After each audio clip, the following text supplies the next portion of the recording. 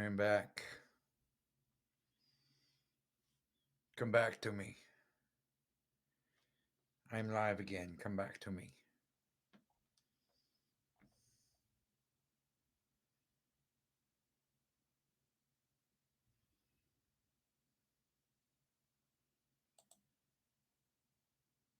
Haha.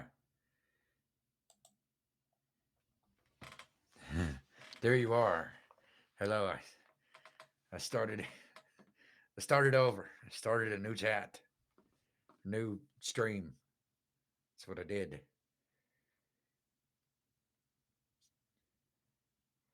Yeah, I RIP. Um yeah, it's weird. I've seen that with other people's streams where like I'll be fully engaged for a while and it'll just like drop off. There'll be like no audio or video. The chat will still be going, and I'm assuming it's still working for the person doing the stream. Like it still looks like it's good for them, but it's not good for everybody in the chat. And I guess that's what happened with me because it looked like to me like I still had the screen going, the counter's still going, everything looked fine, but you guys are saying that it died.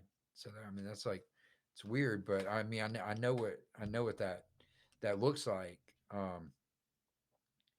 And I think that happened to me on one of the recent streams I've done. I think the same thing happened then too. After a while, I don't know. It's weird. It could be internet connection. It could just be YouTube. I don't know. But here we are. We are back in the secret initiation ritual. And I lost my tea. They should. You know what else YouTube should fix? They should fix those numbers. The 1,000 subscribers and 4,000 hours of watch time to be able to like get ad revenue. That's just it wouldn't be so bad if it was lifetime as opposed to 12 months because you could have like the best content in the world, but it doesn't mean that you're gonna get discovered and pop off like that in 12 months. There's some people who make incredible content that don't really start to pick up subscribers till they're like second or third year, and 1,000 subscribers in 12 months, it's not unrealistic, no, but it, it also isn't easy. It is challenging, and it's worrisome sometimes because I'm what right about 3 months in, and I just broke 100. So given that kind of math at that kind of pace, unless some crazy miracle happens in like the next couple of months, um, I might not hit that 12-month threshold. And at 12 months, I'll get that email that, I've seen other people get. That's just like, sorry, you didn't meet the requirements to partner with AdSense. Too bad. And I don't want that because I want to keep doing this.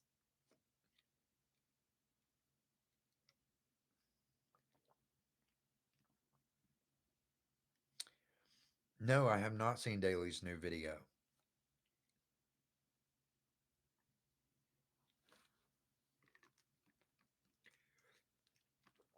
I'll definitely have to check it out after this stream for sure.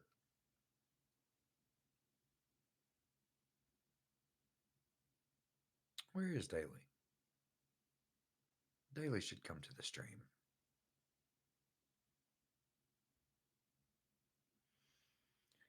Hang out on Google. What you mean like Google Hangouts? because I think Google Hangouts and YouTube, like I think you can incorporate the two together. Somebody was telling me you can incorporate the two together. Like you could stream live on YouTube using Google Hangouts. I think.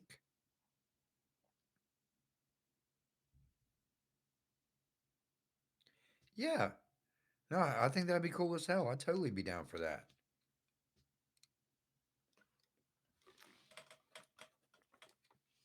I was actually kind of thinking about that while I was using the bathroom. I was thinking how cool it would be if we could have like multiple people in the stream, like all be able to like see each other and like not just one person streaming and people in the chat, but have, two or three people even, you know, where we could like actually see each other and talk. Like, I thought that'd be really cool. And yeah, I think you can do that with Google Hangouts, from to my understanding.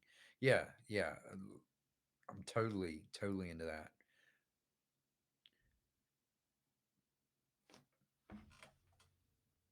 Okay, so let's check this out real quick.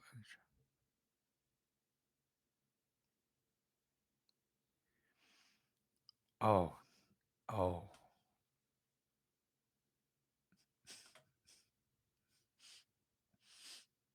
should I be Oh, oh, daily. Oh no, I am not gonna watch this right now, but just that title. Oh my God, yeah, that's gonna. Oh shit.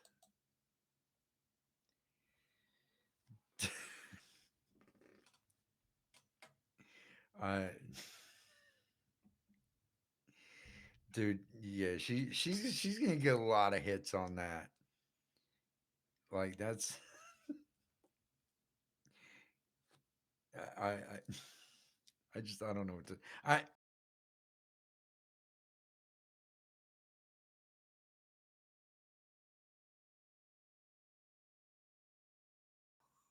what to think, but I know that that's gonna blow up. That is going to blow up. Oh shit. All right. All right, fuck it. Fuck it.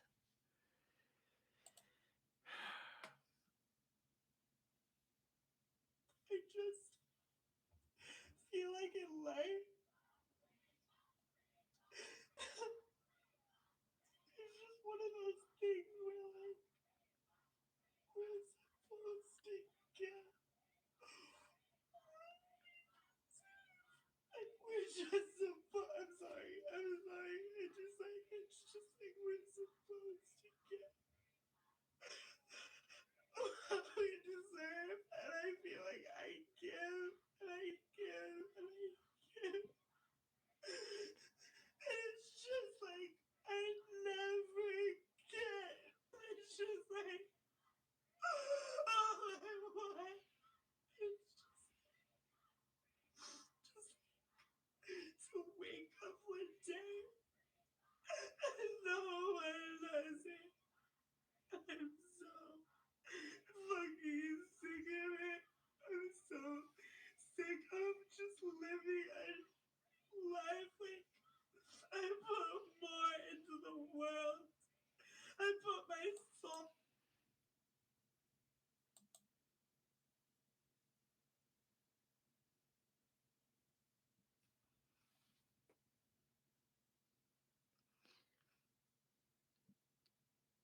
Tana crying is I I'm God. That was painful. Like part of me feels really like bad for her. Like that sounded like that was awful. Like I kind of do feel bad for her.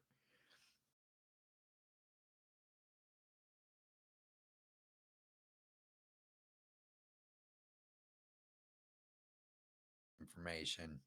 I'm not, but that God, that was brutal. Like that was truly brutal. I feel like I shouldn't be laughing, but it's kind of hard not to. Like that imagery with that voice and then the crowd in the background daily. What the fuck?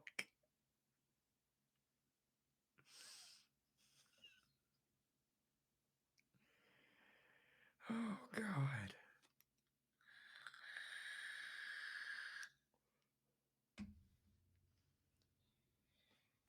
Yeah, I think if it had just been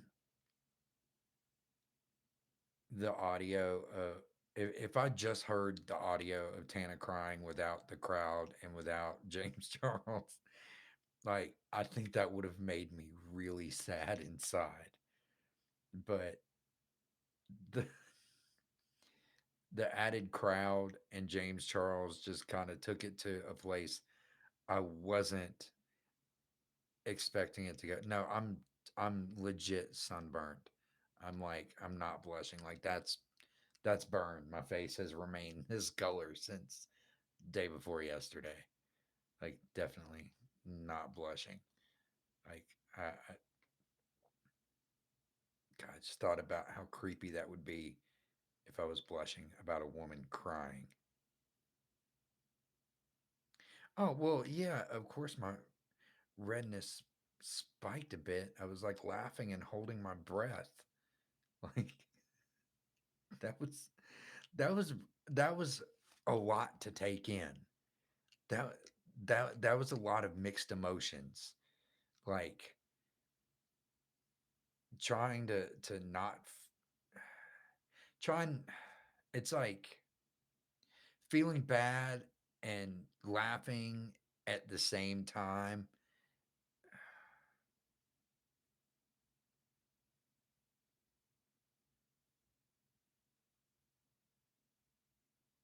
Yeah. Oh.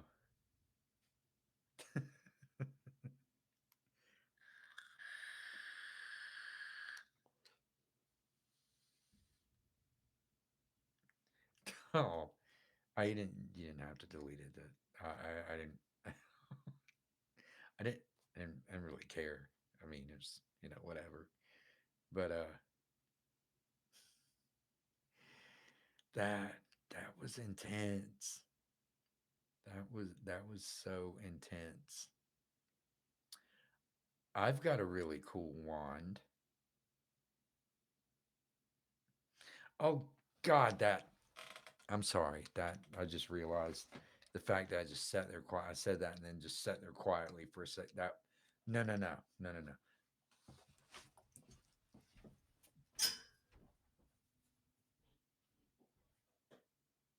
Oh no, where's my coat box? No, no, no, no, where's my coat box?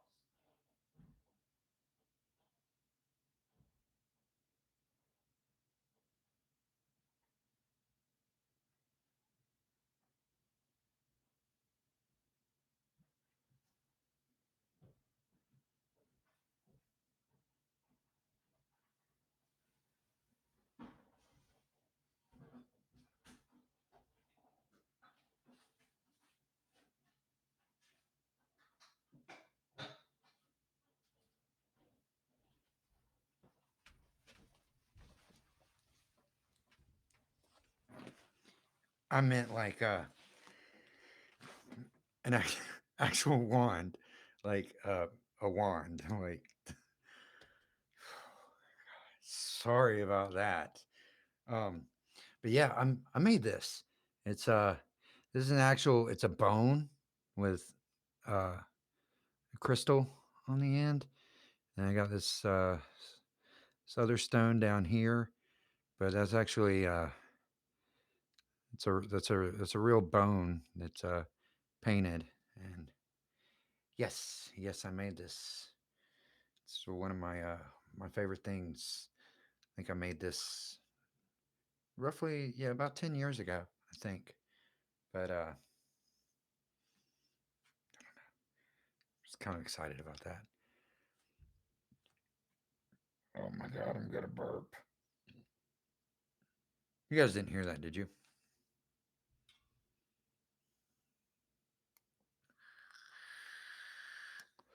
Okay, good.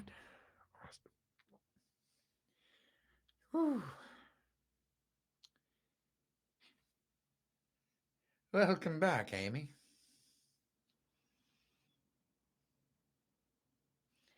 Oh, did you guys see that epic burp in my last video? Like, kind of near the beginning, I like edited the shit out of it and started pitching it, pitching it down, and then I just let it go. Oh man, that was so funny. Cause like right when I started filming, I was like, okay, well, I'm going to talk about, and as soon as I hit record and the little countdown started, is like right when I was getting ready to talk, I had to burp, and it just came out, and it was so intense. I was like, that was good. I would give myself a 7.5 on that one out of 10. So that's staying in the video. In fact, not only is it staying, I'm gonna edit it. So I don't know. I had fun. It's good times.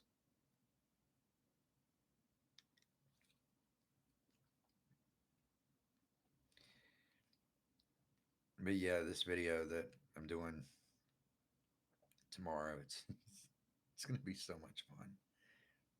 Um, it's gonna be probably gonna be pretty short because the one that I uploaded this morning,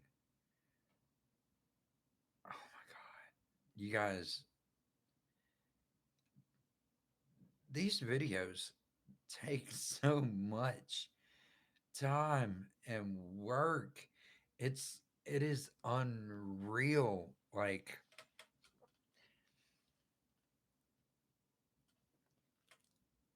yeah, I mean, yeah, shorter videos are definitely easier to watch, but right now, while I'm in the process of trying to gain watch time hours and have a back catalog of stuff that if I do reach the the requirements in order to get monetized, I want to already have a substantial back catalog of stuff that is long enough to get a couple ad rolls in it so I can make money when new people come and want to go back and watch older stuff. I want to be able to get some sort of revenue off of that to kind of ramp the channel up so I can do more, you know, because it's a lot easier. I, I feel like, honestly, I don't know because I don't really have the experience, but it's like, and I see mixed things. I was gonna say I see like a lot of bigger creators who used to do like much longer videos doing somewhat shorter videos now, but thinking about it realistically, I've seen a lot of the really large creators that I've recently started watching are doing longer videos than typically what they used to. So it's kind of like, God, why is YouTube such a fucking puzzle? But yeah, honestly, I like doing shorter videos more because A, they're less time consuming. B, uh, it's not as intimidating and frustrating to try to push myself to do something that's I don't with shorter videos I'm not like trying to come up with more shit as I'm making the video just to make it longer. Like I want to just do videos where it's comfortable, where I'm not trying to achieve anything necessarily, where it just naturally what I want to happen just happens. I don't know if I'm wording it how I really want to be wording it, but Um, Shorter videos are definitely easier.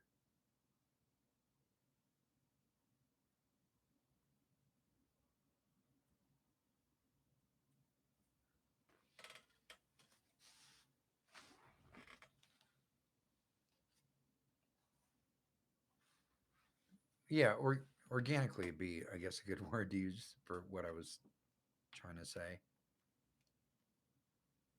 Yeah, that. Yeah, okay, organically. Um, God damn this fucking mustache.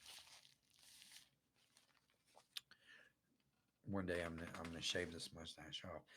One day I'm gonna throw some really funny pictures in a video that you guys aren't even gonna believe exist.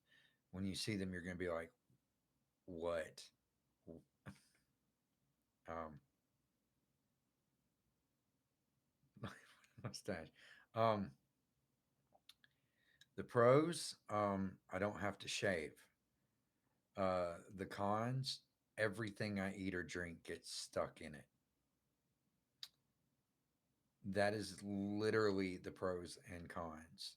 Or another pro is if I don't want women to talk to me or approach me, I've got this creepy ass mustache. So, yeah, it kind of wards people off. Um, Con is if I want people, wait, yeah, okay. So, yeah, the pro and the con is the same on that. It keeps people away. So, that's like the pro and con. God, my face. I looked in the mirror today and I swear, like, I stood there for a few minutes and I was just like examining my face. And I've got to stop doing that because it fucks me up. Like, um, oh, you guys are too sweet. You really are too sweet. Like, thank you. Thank you. Yeah, so we're gonna not talk about my face anymore. Tell stories as videos. What you mean, like story time videos?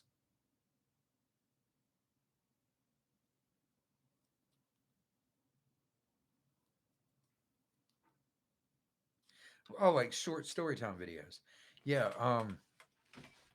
There's a few that I want to tell, and one of them in particular, my first sober birthday, worst day of my entire life.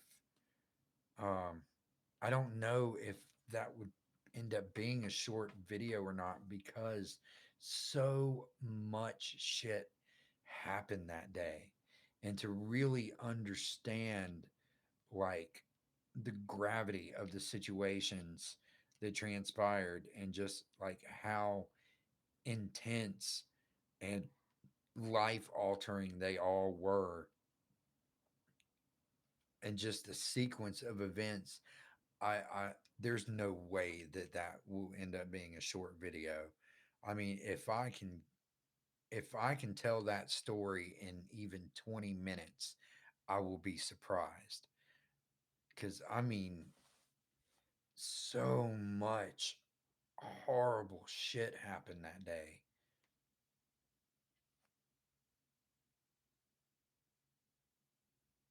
Yeah, it's I could literally write a book about that day.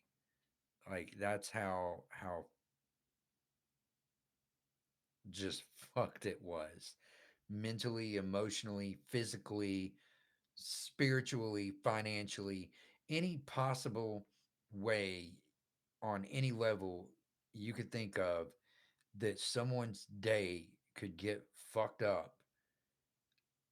I experienced them all. It was, there's just, yeah, I'm going to have to make that video. I will definitely make that video. I know my Outlook account settings are out of date. I don't know what that means, but I know. stupid Outlook notifications.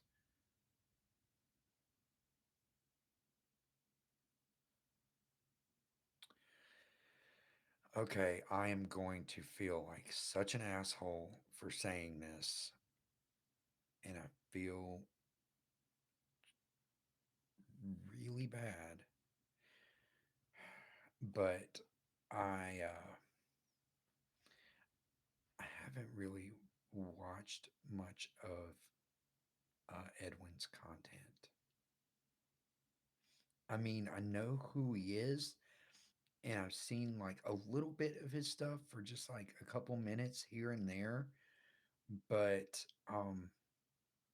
I've never really like actually watched his stuff like intently sat down like, oh, I really want to watch one of these videos. Um,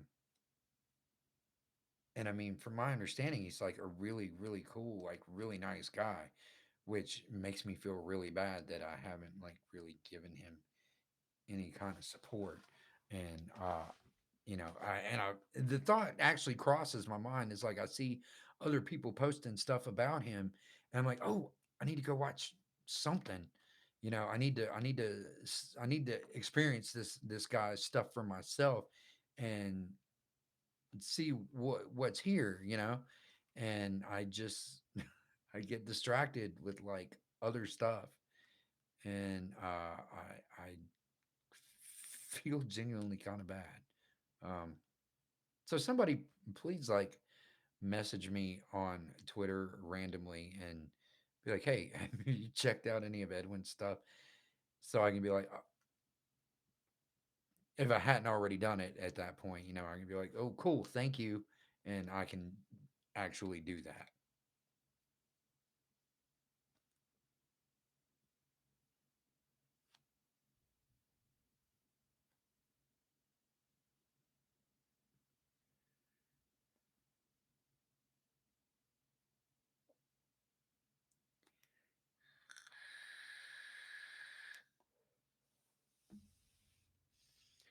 Yeah, I mean, I I don't really have any real reason or opinion or anything on it because I'm not really familiar with him. I just know who he is via the community basically, and it's like I guess when I first started hearing about him or knowing who he is and seeing some of his stuff in suggested videos or related videos or somebody saying something about him at the time it was like kind of there all the Mars Argo and Poppy videos are coming out real heavy from like a lot of different people, especially during the lawsuit. And it was like that was pretty much all that seemed to be going on. And from what I saw from titles, that's what he was doing. And I mean, honestly, I just kind of stopped watching everybody's videos on it because, like, I just, I the story was there. I had the information. I already knew. I didn't need any more takes or opinions or feels on it. I stopped watching everybody's stuff, and I mean, no disrespect to anybody who was making those videos, of course, but um, it was time for me to move on and find other stuff that interested me. That uh, I don't know. I don't know how to explain it. That's just where I was at.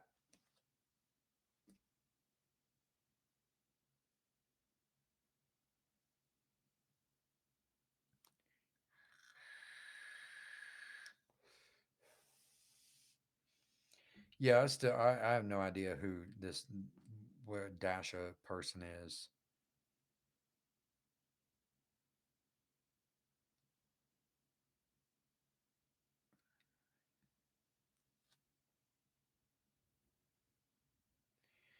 You speak any second languages? No.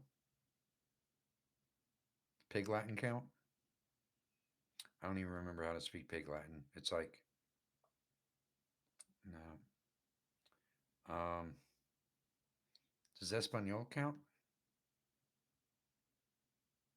What about French or German or Norwegian or Swedish? Those wouldn't be second languages, right? Or Bulgarian or Russian,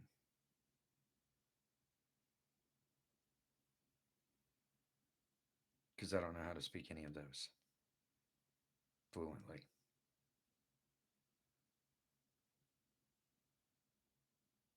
I'm kidding. I don't speak any. I used to kind of speak Bulgarian, um, a little bit. I was in the process of learning Bulgarian, but that was like years ago. Um,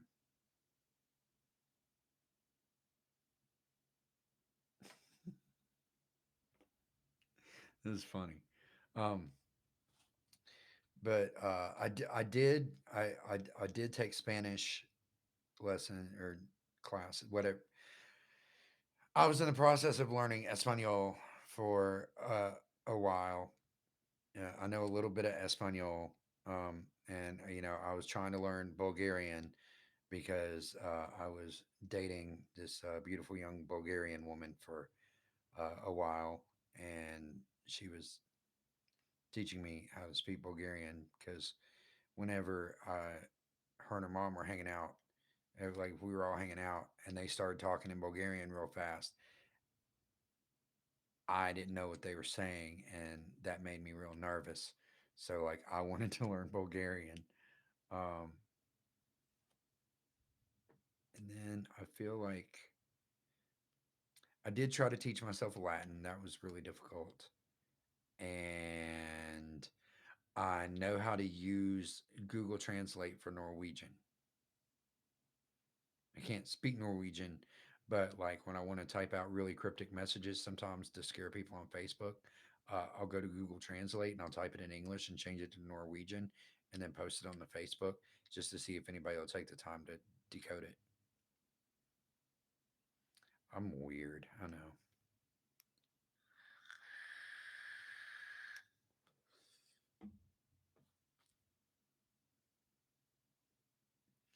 God, I wish you guys could see my cat right now. He's just laying there on his side with like his legs like cocked open. He's just like, it's great.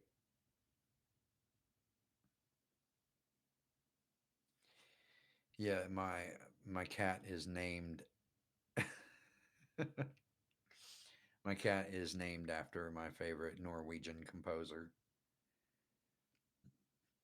It was funny. So, an old friend called me today. Uh, well, first she messaged me on the Facebook, and I haven't seen or spoken to this girl in like 12 years.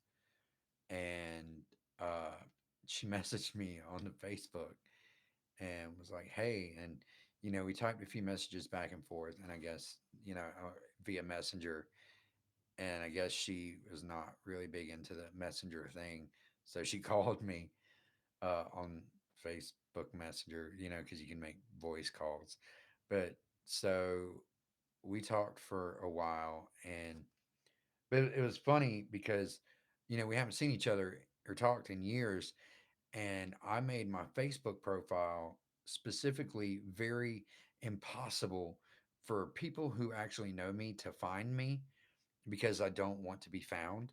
Like there's, if I want people in my life, I look for them and I add them and let them know it's me. But I don't want people that I don't want to associate with looking for me and finding me. So I made my Facebook very, very difficult. Uh, oh shit. So never mind anything I was about to say or where I was going with that because I was totally about to tell what all I did to make myself hidden. So yeah, never mind. Point to that story completely nullified.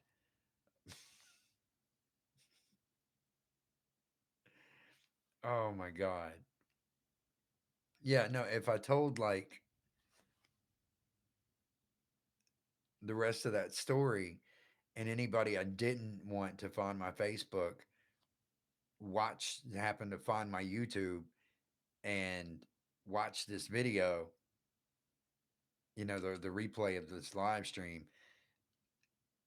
they would know what to look for on Facebook to find me. So I can't finish the story. Oh my God.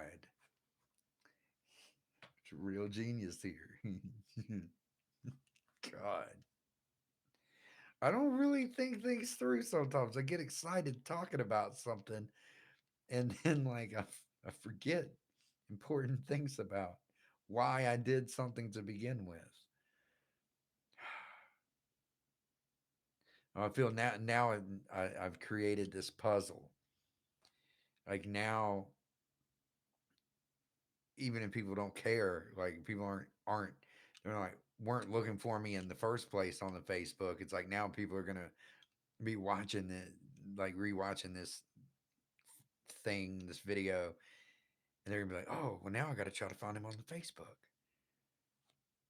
just to see what I did. I don't have a favorite security question. What's a security question? I don't know what that means.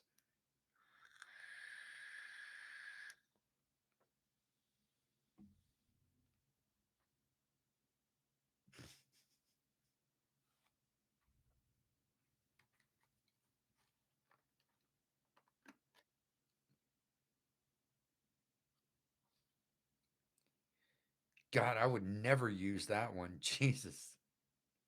Because that's like everybody knows that. Well, not everybody, but like a lot of people know that. No, I was kidding. I know. I know what a security question is. I was just being facetious. It's like you're like, what's your favorite security question? It's like I don't know what that is. Like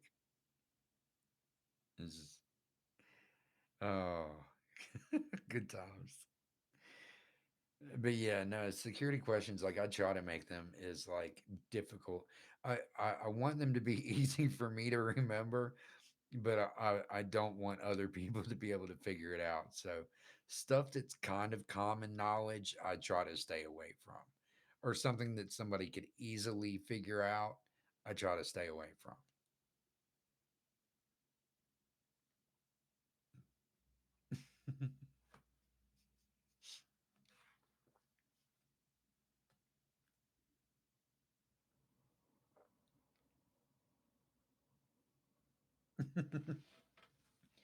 I mean, that happens with me and like certain other people too. Like it's funny. Like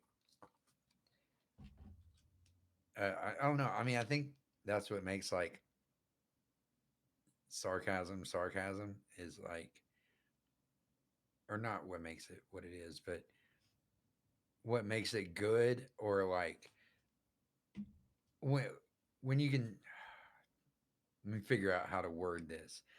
I think there are different levels or styles of sarcasm, if that makes sense. Like you have like kind of more of a vicious, insulting kind of sarcasm where it's like you're kind of being a dick, or you've got sarcasm where it's like lighthearted and kind of funny, like you're poking fun at somebody, but in a friendly way.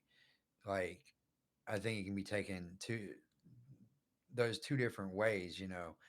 But I think when it's more like lighthearted, like if you're just being funny, like with a friend or whatever, I think it makes it harder to tell that it's sarcasm, if that makes sense. Like it's kind of hard to pick up on the joke because you're not being mean about it. You're not like making it blatant. Like sarcasm is just kind of like you're being funny, but keeping a serious kind of feel to it. If that makes sense. I mean, me and my brain, I swear.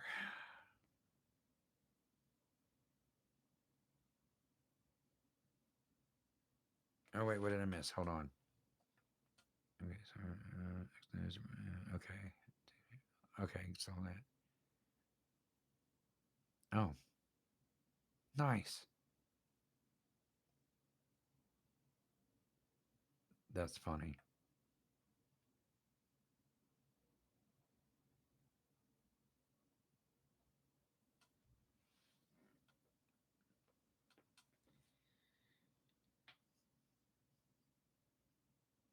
Okay, so anyway, um, God, I was getting ready to say something funny that was kind of oh, security questions. Back to that. Okay,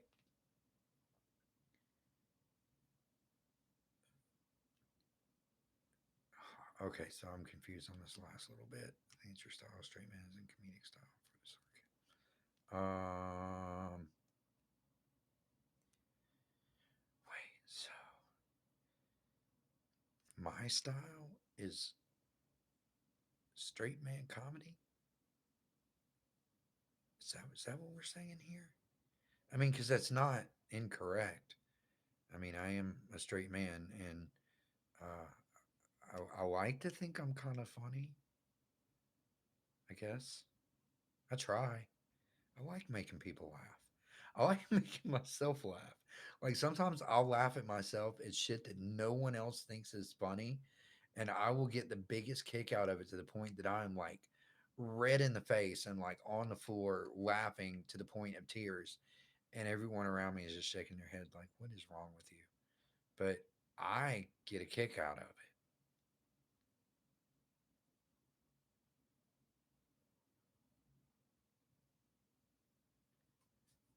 Okay, yeah, I'll take that. Thank you. I'm cool. I'm totally cool with that. I'll take it as a compliment. Compliment. But yeah. So security question. I'm gonna say this one. I kind of dig the "What was your first pet's name?" because like nobody knows that. I don't even know if like my own mother would remember that. I remember that. I will always remember that. But um, anyone, I don't think there's anyone. I'm just trying to figure out.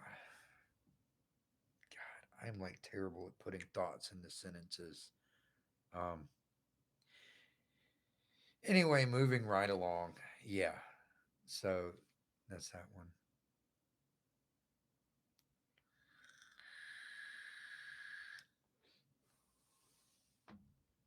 Yeah, my first pet naturally was a cat, and that cat was so amazing. Like I've never, I mean, Nishan, cover your ears. Don't look at me like that. Okay. Well, I think Ishan might love me as much. Um, he just shows it differently. Um, but that cat, and granted, I was a very small child, but that cat, I would when the school bus would drop me off in the afternoons, that cat would be sitting at the bus stop waiting for me, and I would get off the bus, and the cat would walk with me home, and that cat slept curled up on me every single night. Like everywhere I went, that cat was there, and she was like my protector and my best friend. It was crazy. Like everyone kind of tripped out on the fact that me and this cat were so inseparable. And I mean, I'll never be able to forget that. There were times that I would have like awful dreams. Like I'd have these nightmares. And anytime in a nightmare, anything bad happened to my cat or my cat was in danger, like I would freak out and it would take me days to get over that nightmare because every now and again, just a vision from the nightmare would pop up in my head and I would lose my shit. Like I would just break down in tears. Where, oh, oh, kitty, I know you love me. I know. I didn't say you didn't. Oh, somebody's getting jealous of me talking about my first cat. That was a long time ago, boy.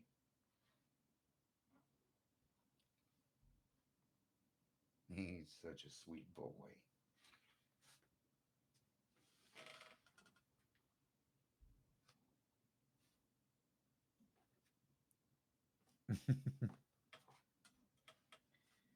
I'm such a cat person.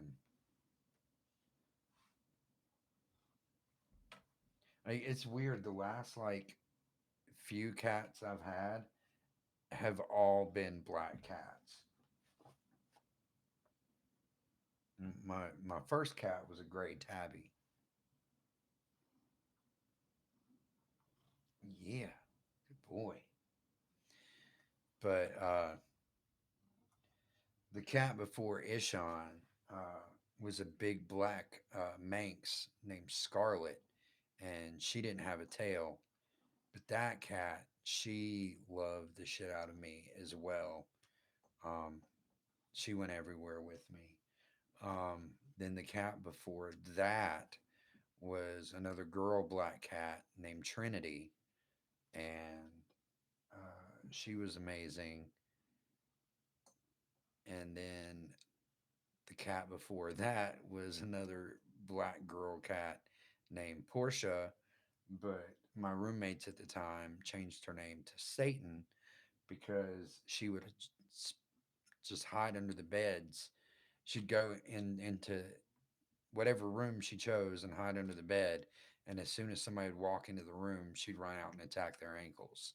So that was funny. And I had this game with her where I'd sit on the bed and she'd be on the floor and I'd have a pillow in my lap and I'd pull the pillow up in front of my face and pull it down, look at her, and oh, then I put the pillow up and pull it back down. And after a few times, she'd jump up and latch onto the pillow, and it was so funny. Oh, kitty boy, who's being a good boy? He's like, why are you talking about other cats? He's like, we're best friends. He's like, I'm your best friend. Kitty boy.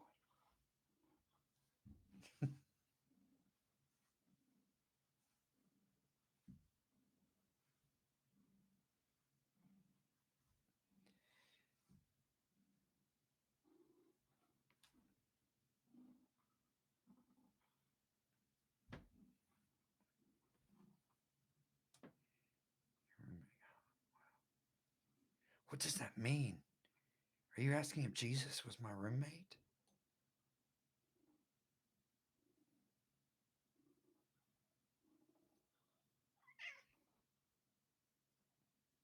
Yeah, back in the day when when I didn't have much money. I mean, not that I have any money now, but I'm definitely doing better now than I was back then.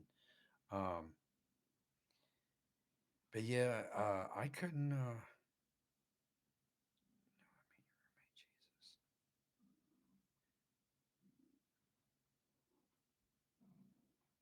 Okay, I'm not understanding what you're meaning by that. It's so weird with type. I'm trying to catch up. Jesus, your roommate. Okay, no, I mean your roommate, Jesus. Okay, I'm a little bit confused, but that's all right. It's all right. I'm always confused about something. Um, but yeah, back in the day, I used to have roommates. I've had roommates a few times. Having roommates is it's not great. I've had really cool roommates. Don't get me wrong. If you've seen my scary story videos, the uh, the young lady Marin that is in those videos with me telling the scary stories, her and I were roommates a few years back. Oh God, that was like 2007.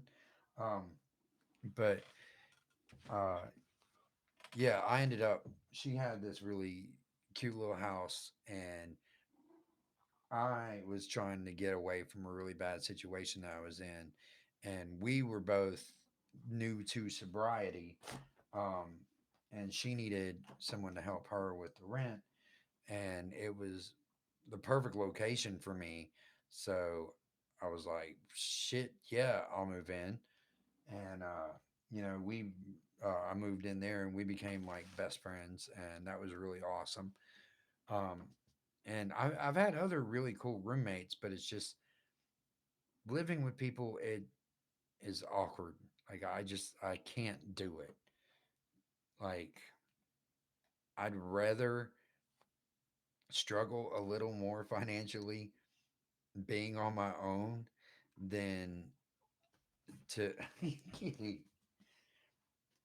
than to have to live with other people just to have a little extra money. Like because there's always going to be some kind of disagreements about something, or just there's too much room for you know drama and confrontation over shit, and I don't have the time or patience or energy for it. So I'd rather just it be me and my cat, if that makes sense. Wait, that makes sense.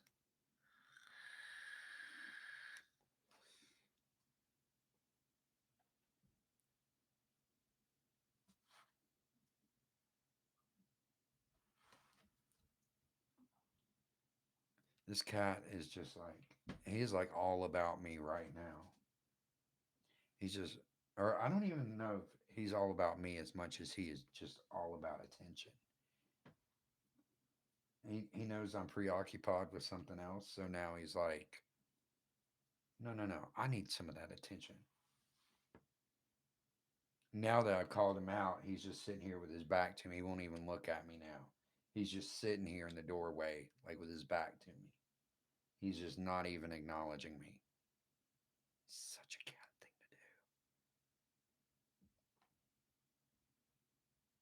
to do. So you sit there and like just sit there with your back to people, and they call you out on something. And you just like turn around and like, fine, I'm not speaking. I mean, I'm not gonna say that I don't do that. I probably learned it from my cat because I do that. I'm not even gonna lie.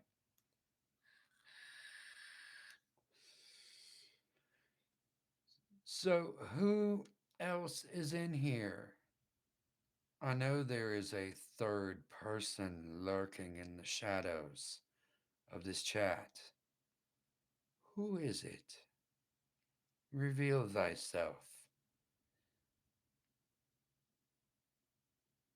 If you wish to be initiated in this secret ritual, you must speaketh before the council, the good council of the chat.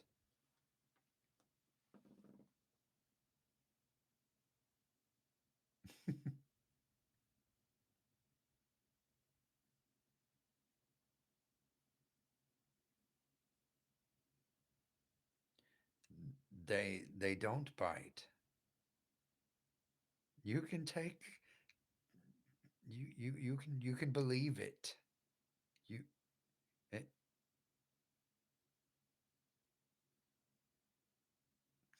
oh God damn, my blonde ass read that wrong. Oh, whoever it was got nervous and bounced. They were like, "Fuck this." I wonder who it was. I wonder if it was anyone we know.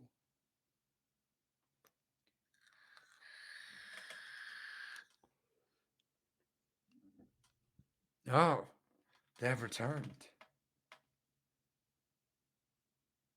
We're all watching you. Oh, hello. Hi, welcome to the secret initiation.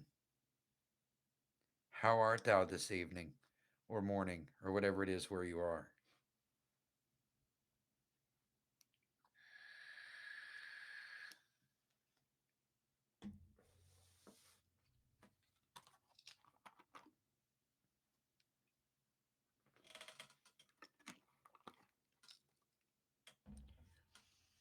I am I am also doing well. We've been having much fun here in this secret society live stream. It's really not that much of a secret because it's totally public, obviously. Um, but you know, we're just hanging out, having a good time, and it has been really cool. A lot of very interesting topics have been discussed, and I believe we'll probably continue discussing some interesting topics. Right now, we're talking about cats. I hope you're a cat person because we love cats here. Cats are our friends. I mean, they really are. We everybody loves cats. Oh, okay. You do the cat thing to people. What is the what does that mean?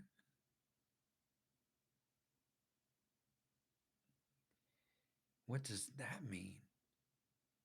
What does that mean? What is everyone talking about? I'm the nuts. Oh,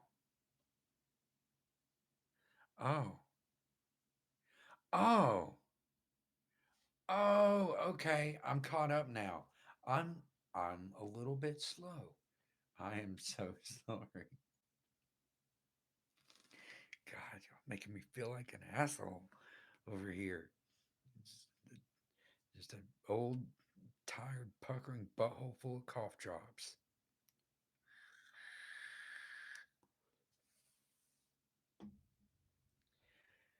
Oh man, so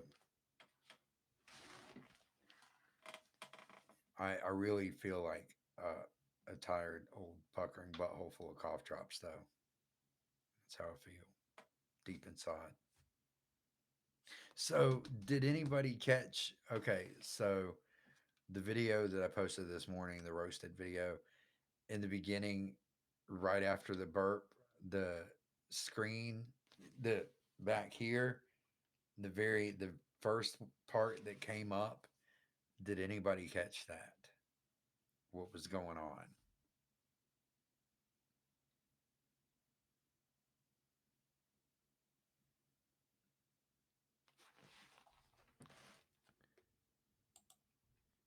All right, so this is how we're going to do this.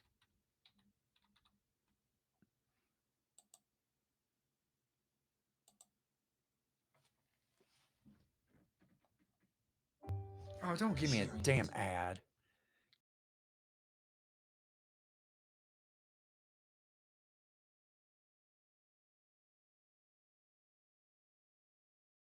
Wait, but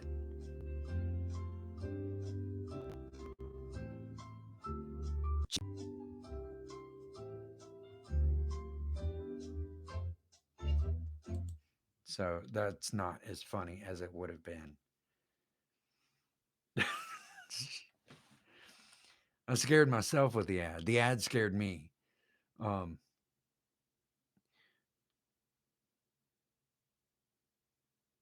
God,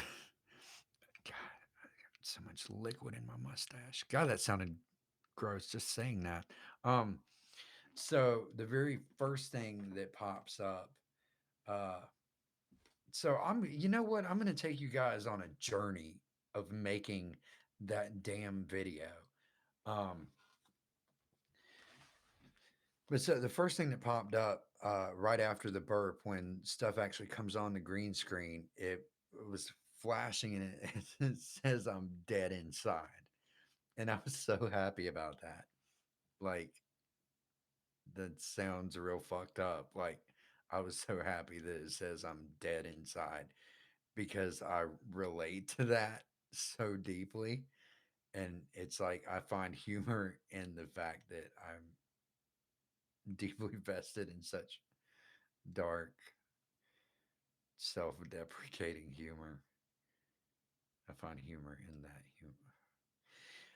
I'm confusing myself. That's okay. But so, yes, it is coping. That's exactly what it is. All right. Um, so that video, my plan this weekend initially was this conspiracy video that I really want to do. But I knew that collecting everything that I needed to use for it was that alone. I was going to have to rewatch so much footage from several different sources. And then I was going to have to like cut what I needed from all of that, compile all that. And that was going to be a ton of editing all in itself.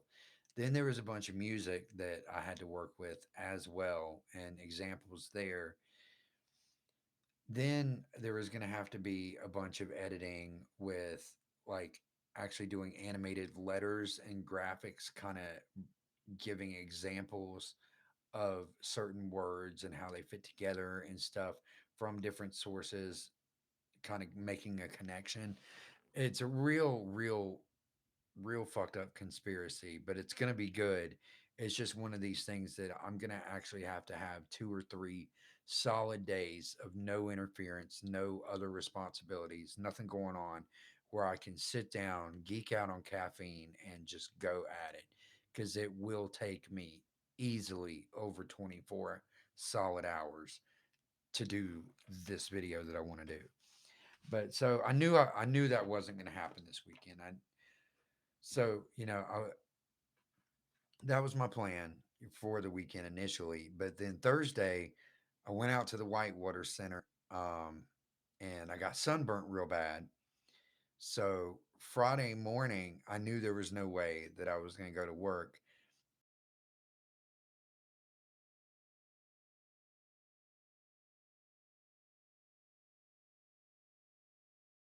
I'm able to go to sleep for a little Friday morning, and I wake up and I'm just like, fuck, I need to make a video. I need to make some kind of video.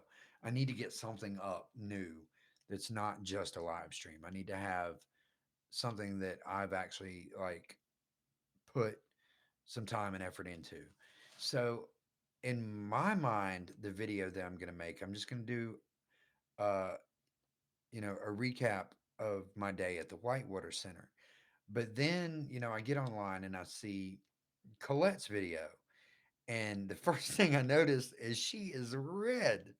And I'm just like, oh, it looks like she got sunburnt too. And then she says that she got sunburnt. And I'm like, oh, I got sunburnt too. So I'm like, well, shit, now I got to make a video about how fucking sunburnt I am. So that's what it ended up kind of becoming. Um, so I'm like, well, what direction am I wanting to go with this? And, I want to make it funny, but I want to make it funny, really, is all I really was going for. But so I've got first, I have to get all the clips off my phone from the Whitewater Center. And there's so much more than I put in the video. I just didn't really feel like going through it all and doing all the editing stuff because I was like, I want to make this short and easy. I'm just going to film myself talking about this and be done with it. It did not happen like that. I get all the clips off my phone. I'm watching through all those, and finally, I'm just like, you know what?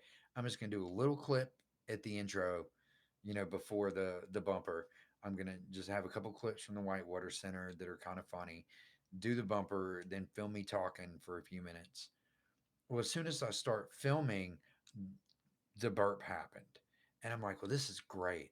So then I had to edit the burp. So then, I kind of chopped that up, added the pitch on each one. And then I was like, well, damn, what do I want to do for the green screen in the background?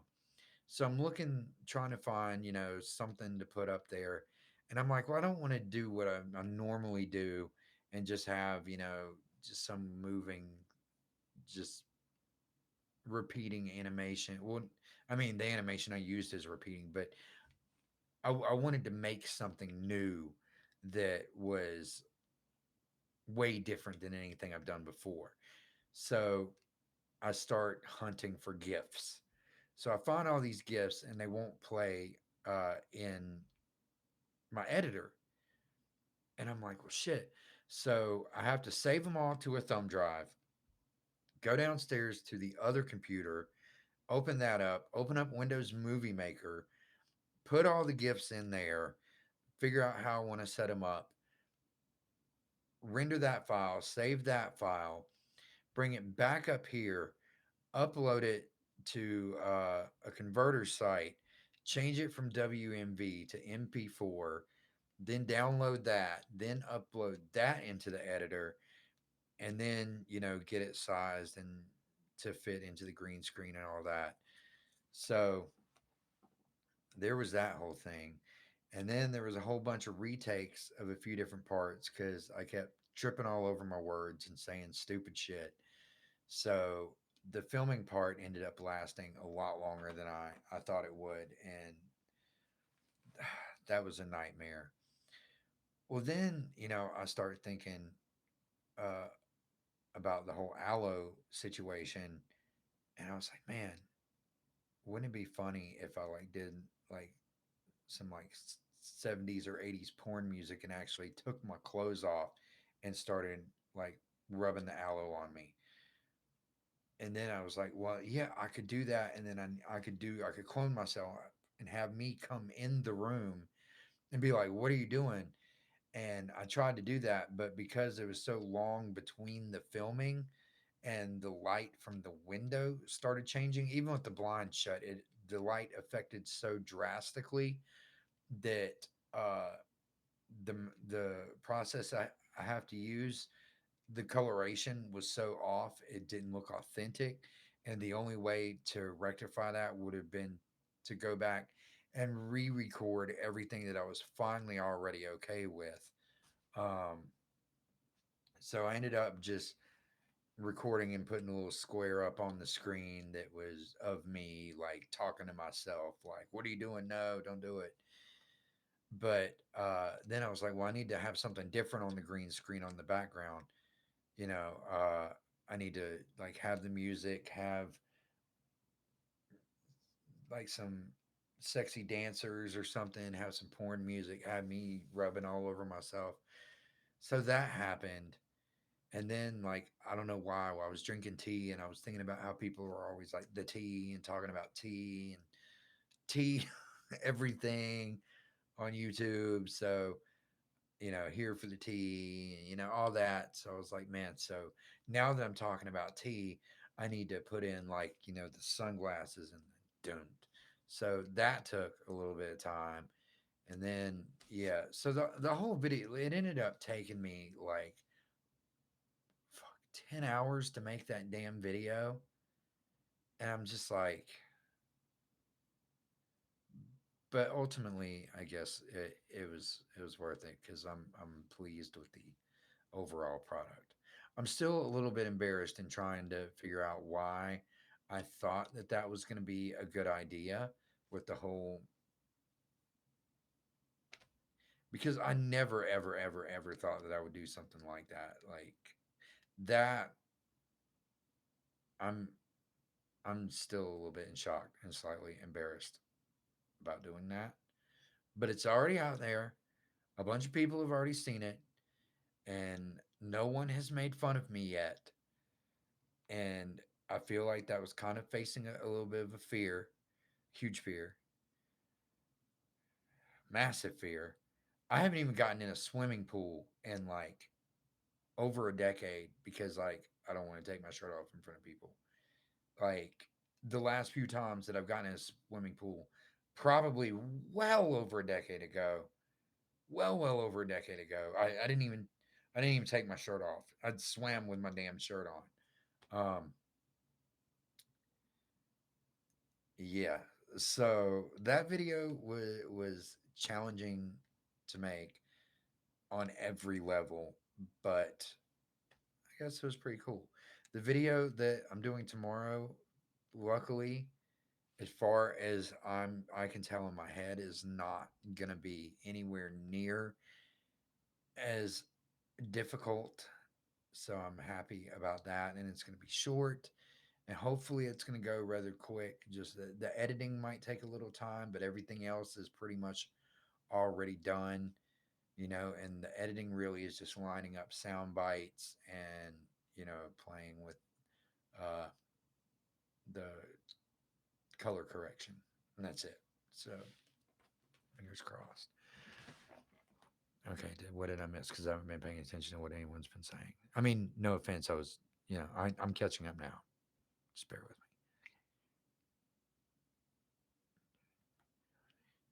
me. Yeah.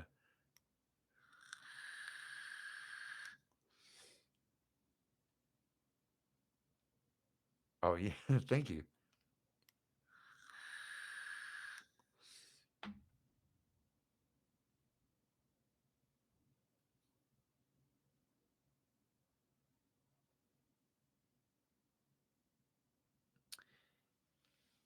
Yeah, I always lose my train of thought. Like it's crazy. Like I honestly, I am my one of my biggest fears right now is degenerative, like some kind of degenerative disorder happening as a result of unmedicated bipolar disorder. Um, because I know that is possible. Um, because the more depressed, like the more you go through deep depressive cycles, it actually causes legitimate, not necessarily brain damage, but degeneration. Well, yeah, damage. Okay. It, yeah. I feel like I am like on the fast track to fucked. Like I'm terrified that I am literally gonna lose my mind a lot sooner than I want to. I mean, not that I want to. I mean, I don't mind going a little bit crazy if it's like artistic and brilliant kind of crazy, where like people don't understand me and I'm socially awkward, but I'm able to create great art as a result. I'm okay with that because I'm like socially inept anyway. Like I don't really hang out with people. I don't see people. I don't have people over. I go to work. And if I can get to a point where I don't even have to go to work and I can focus on like music and art and making videos and doing things creative and just that be my life, but be crazy, yeah, I'm okay with that. I'm totally okay with that. Um, but to like literally lose my mind in a not cool sense to where like I can't remember anything or just like I start basically like stroking out mid sentence or just horrible things like that. That shit terrifies me to just like go through like any kind of form of dementia at you know a young age. Well, not that I'm young, but I'm young enough that you know I I'm terrified of that happening at this stage in my life. Like that is my biggest fear right now because I already feel like it's happening. Like my memory has gotten real weird. I have brain fog all the time. Um, there's just so many weird little things that happen, like my like panic attacks, anxiety, uh, just shit that like being able to form sentences and convey proper thoughts in an intellectual way. Like I used to be able to do that like I used to be able to speak brilliantly. Like I could stand in front of a crowd and just have like a commanding presence, and it was kind of cool. Like I had confidence in myself when I spoke. I had confidence in my thought process. You know, I believed that I was incredibly intelligent and well spoken. I don't feel that way today. I haven't for a while. Like these are things that I feel like have escaped me at some point in time, or they have started to diminish over time. Like I feel like my brain is falling apart, if that makes sense.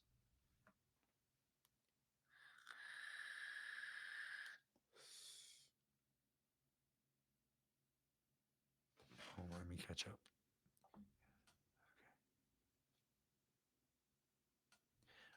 Oh, that I yeah. I'm sorry. I'm sure you definitely know exactly what I'm talking about with that fear. Then that's yeah. It's any disorder on those levels, like and it's weird because you have like this um there's two different major categories of like mental illnesses, mental disorders, and there's personality disorders, and then I forget what the other one is. This is what I'm talking about. Like the other one is what mine falls in, and I can't think of what it is. Like,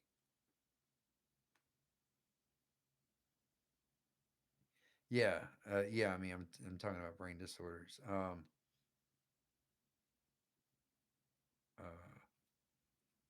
hold on.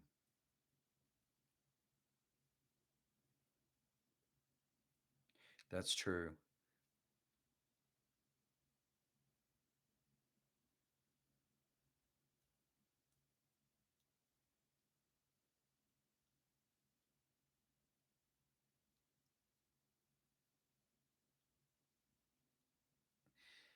Yeah. Hold on. You know what? Now it's like I feel like I have to do this now.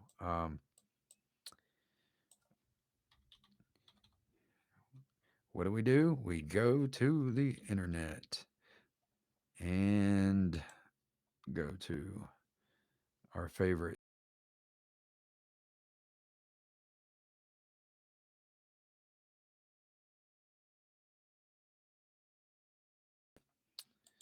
Let's see. I was watching this yesterday.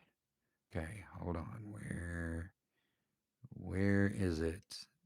The functioning or personality. Okay, so there's it's mental. How bad is that? What I was looking for is mental illness. There is personality disorders and there's mental illness, but personality disorders can fall under mental illness, but they're technically separate things. But the thing is, there's such similar characteristics in both. Like, there's the difference between, like, say, borderline personality disorder and bipolar disorder is that the symptoms of borderline personality order are more I guess permanent. Like they kind of stay there, whereas bipolar, um sometimes you can actually have cycles or periods of time where you're not going through severe mania or even hypomania or dysthymia or deep depression. There is the possibility of periods of normality, whereas certain personality disorders like borderline, you don't get a break. Um, but either way, disorders of that nature, where it's constantly taking its toll on your mind, and there's like epic changes going on constantly, uh, and a lot of them feel really dark and hopeless. Um, it takes a toll. It takes a serious toll. I feel, and it affects every aspect of like self perception, self awareness, thought process, intellect, like everything, and it factoring all that together and kind of putting that up in comparison as to how you wish to envision yourself, what you hope you are, it creates this innate fear, this just deep, gut wrenching, overwhelming fear that you're crumbling, and it's terrifying. Exactly.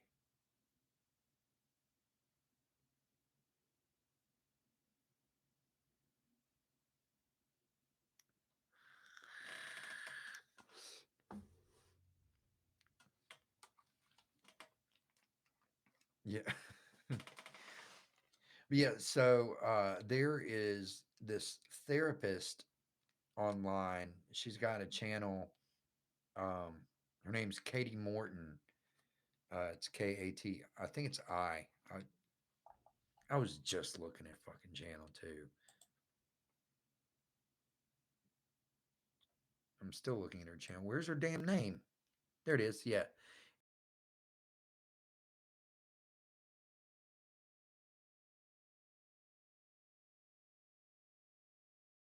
Therapist, and her channel. Oh, okay, cool. Um, it's she's amazing. I love her videos. Um, and it's funny because I've watched several of her videos like a while back, like probably a year or two ago, and I thought she was very knowledgeable and delivered stuff in a very friendly manner, and it was very pleasant to watch her videos. 'Cause I don't know, I didn't feel judged or talked down to like sometimes you can feel listening to a therapist or talking to a therapist. It's almost like sometimes you feel like it's condescending, um, because there's like this power structure, and it's almost like they're keeping you in your place and letting you know that you're getting treatment from them.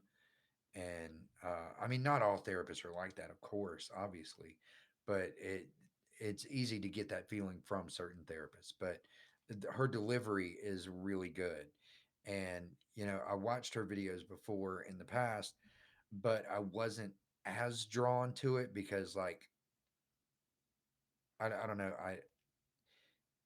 I don't feel like I was as affected as I am now. Like,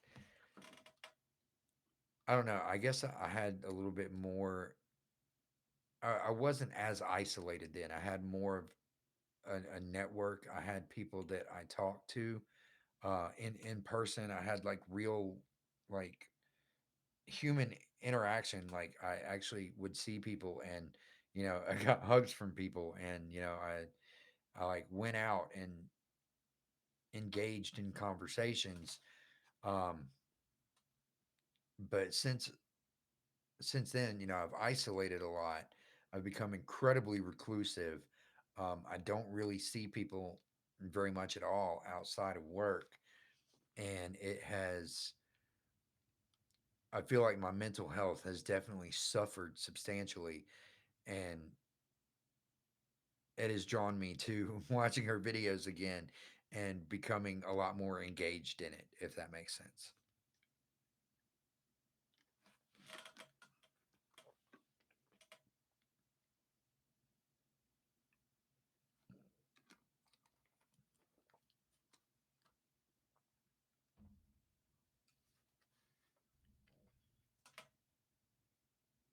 Wait, you had a therapist commit suicide? That's intense. That is really intense. I uh I hit a psychiatrist in the face with his stapler once. He tested me though, and I warned him. He I had this like black fuzzy Kangol hat. It's like uh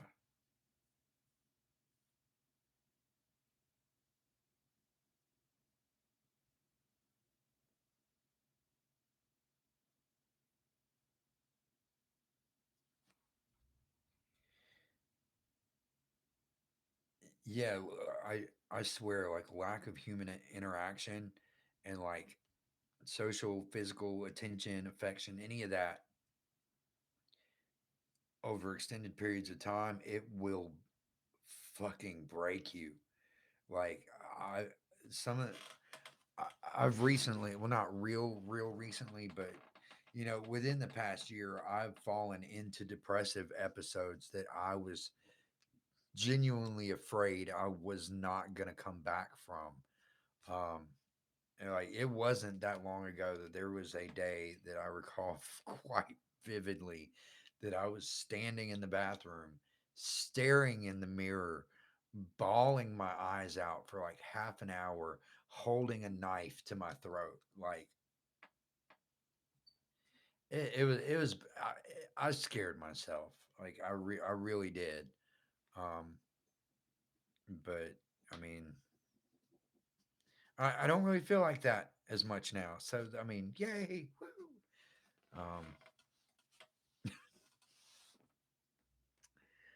Ah, God, there was something else that I was going to say that might have been kind of funny. I don't, I'm not really sure. Oh, the psychiatrist. Back to yeah. Um, oh, hold on.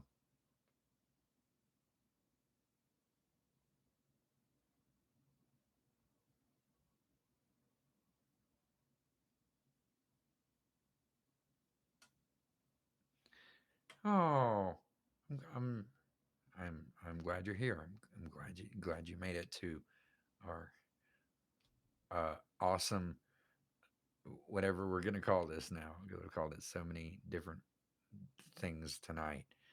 But yeah, you came in during a very interesting conversation. It's deep, but God, yeah.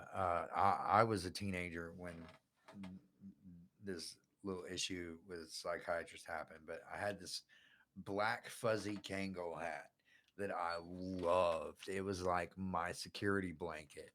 Um, and I always had it. No one ever saw me with that. Like that was my trademark thing. Was I always had my black fuzzy Kangol. So I'm in this session with my psychiatrist, and he was like, he asked me which would embarrass you more, if you were in front of a group of people and someone pantsed you, or if someone took your hat off. And I'm like, well, the pantsing thing won't bother me. I was like, shit, I'll yank my own pants down in front of a group of people to get a laugh. Like, I don't care. I was like, but, somebody takes my hat off, they better hope that they can run faster than me because I'm going to fucking hurt them. And he was like, well, what would you do if I reached over and took your hat off right now? So, I immediately, my eyes are scanning the room. The first thing I see is the stapler on his desk. And I was like, dude, if you even reach for my hat, I was like, I'm going to pick that stapler up off your desk and I'm going to hit you in the fucking face with it. And he kind of chuckles a little bit and he's like, I can't see you doing something like that. I was like, well, if you would like to see me do something like that, then go for it. I was like, because I promise you, like, it will happen. Like, I'm not, I don't just say that to hear myself talk. Like, don't fuck with me. Like, you're my psychiatrist. Be my psychiatrist and don't fuck with me. And, I was already feeling really anxious just at the fact that he had even gone into that territory with me. So he sits there for a minute and then he's like, "Do you trust me?" And I'm like, "Not at all." And he's like, "Okay." And he starts reaching for my fucking hat. And as soon as he gets right on the brim, I jumped up, I grabbed a stapler, and I just fucking start hitting him in the face with it. But so two two deputy sheriffs came in, and they pulled me off him, and they got me out in the hall. There's this other doctor that comes out, and they're trying to get me into North Ward, and he's out there, and he's like, no, no, no, no, no, no. He's like, it's my fault. He's like, I pushed him too hard. I shouldn't have done it. I knew better. He's like, he didn't do anything wrong. He was like, it was my fault. And so that was cool. At least he took responsibility for it and didn't get me fucking locked up again. But it was it was an interesting experience in my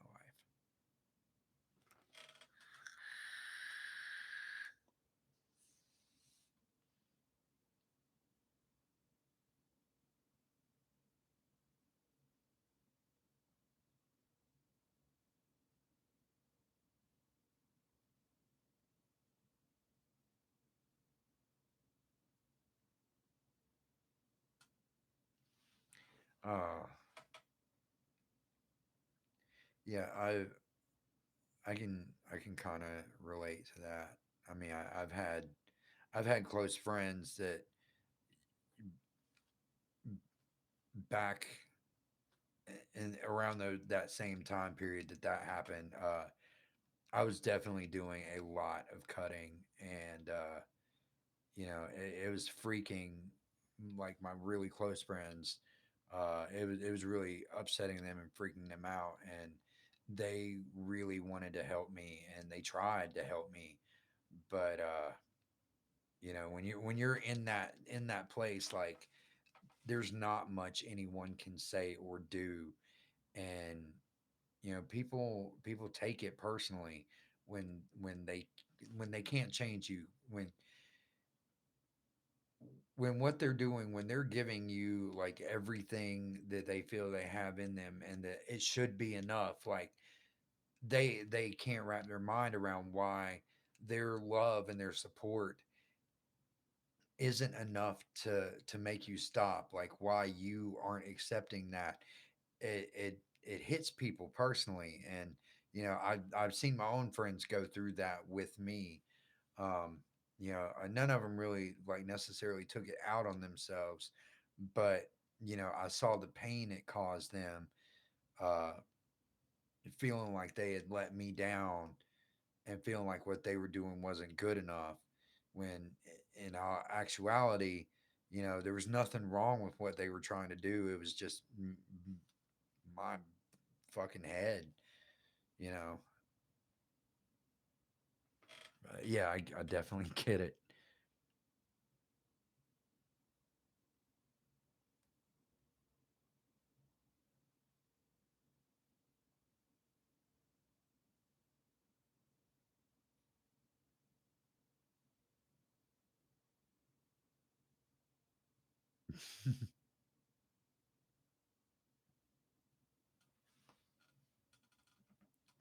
Oh, um, what what'd you miss?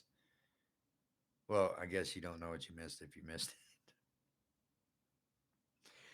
Oh, God, I'm ridiculous sometimes. I'm sorry. Oh, damn.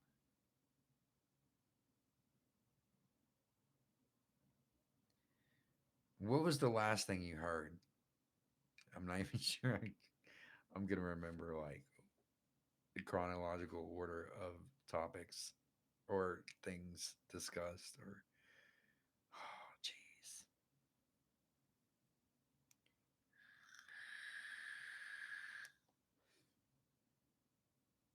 Oh, okay. Well, yeah, you didn't really miss anything. Brief synopsis. He reached for my hat. I told him not to. I hit him in the fucking head with a stapler multiple times. A couple of deputies tried to take me and have me admitted, and he took responsibility for his actions and stood up for me, and I didn't get locked up. And yeah, I think it got. Oh shit! The first stream. I wonder if that, because I started a second stream, and I after the first stream when it said it ended, and I tried to refresh and start a new one, it wouldn't do it. So I closed the browser out completely, and then reopened YouTube altogether to start this new live stream. So I wonder if the first one even saved. Oh, okay, sweet.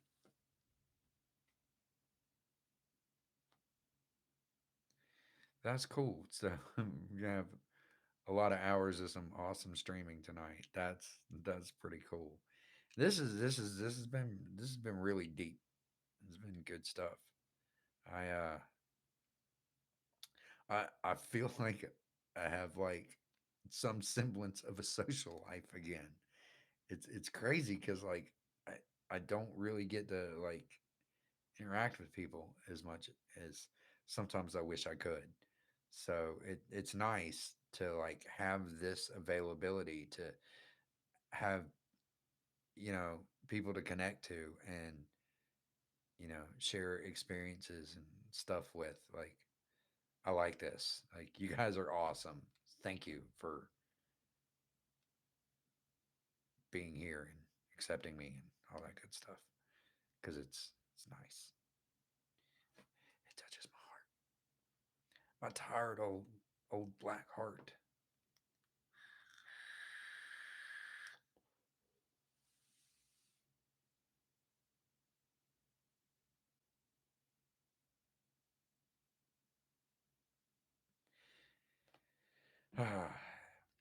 Yeah, this is I like this whole like YouTube community thing.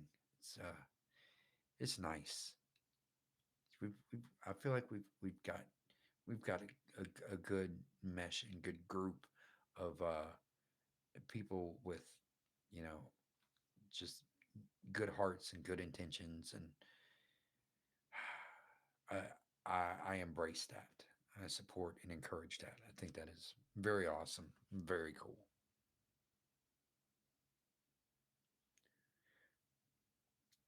I don't think sir sounds too formal. Um, I actually I think sir is kind of cute. I don't know why. I just it's kind of cool. I use sir sometimes when talking to other people. Like just I don't know. I think it sounds neat. Oh, thank you. I'm I feel touched and honored.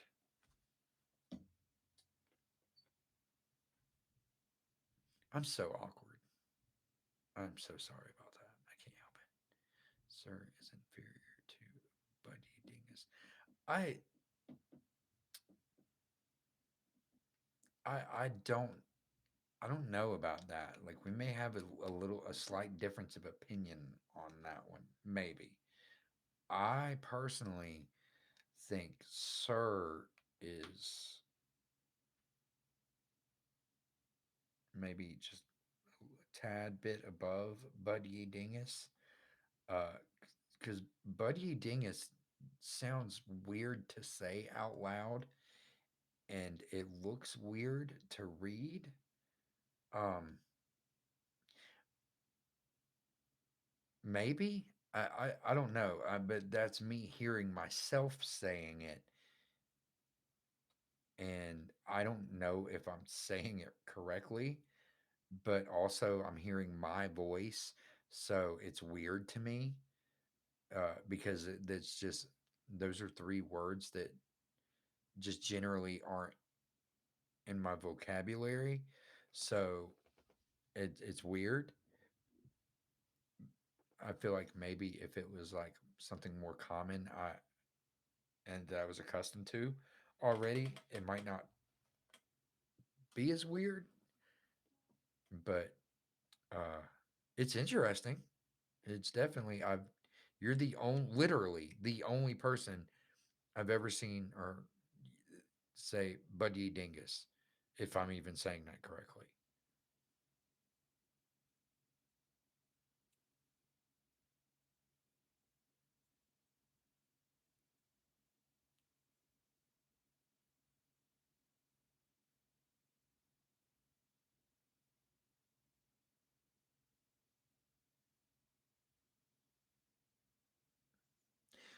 Yeah, no, I mean, I kind of gathered that it's like old English speaking ye.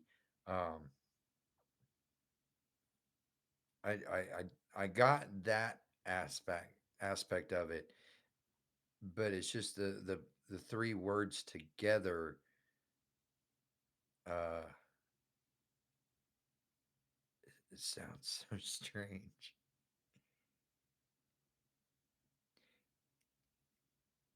Yeah. Uh, and see, I do know what a dingus is. I have heard that word, um, but just the the the three. It's those three together is the culmination of words. Just makes it like what? What is that? What is that? But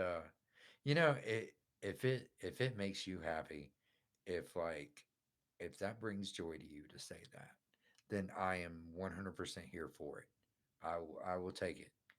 Like if that is greater than sir, then so be it. I I will I will accept the Bud Ye Dingus. See, when I say it, it sounds funny. Like it just sounds so weird when I say it. Um,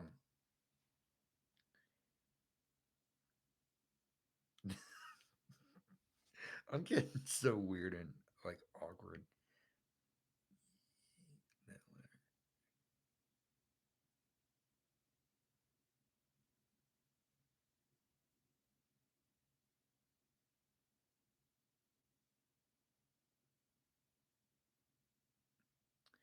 Oh yeah, I'm definitely familiar with "Scared the Bejesus Out of Me." I've said that a few times myself. That's funny.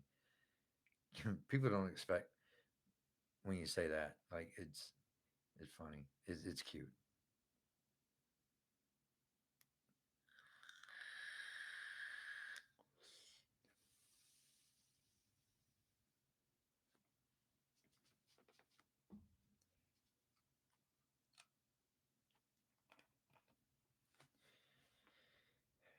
I normally I think I have somewhat of a southern accent to some degree. If I get really excited and start talking really fast, or just get really into something to the point that I feel super comfortable, like sometimes the southern accent will come forth. Um, most of the time, I think I have like a pretty neutral, like non-regional specific accent. Like it's not really an accent of any kind. Like people people won't be like, "Oh, you must be from the South, or you must be from the North, or you must be from the Midwest." People most of the time ask me like where I'm from. They're like, where are you from? You're obviously not from here. And I'm like, no, I was born and raised here. And they're like, well, why don't you have an accent? I'm like, I didn't know I was supposed to have one. Like, is I guess a lot of people in the Southeast do have sort of that Southern twang. Um, and I guess I have it to some degree, but not really. I don't know. I hear it sometimes in myself. Like I said, if I'm get real excited and I'm talking real fast, or I get really comfortable and just start talking lazy. Um, Sometimes there will be that little Southern inflection that'll make its way out. But generally, I feel like I have a non regional specific accent or lack thereof.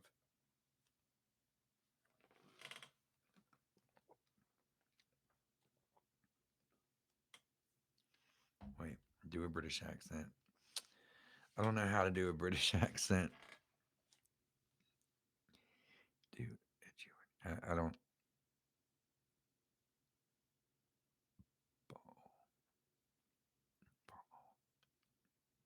It's hit or miss. I have to say.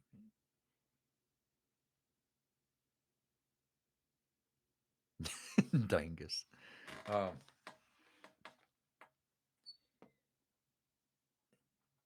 yeah, I'm.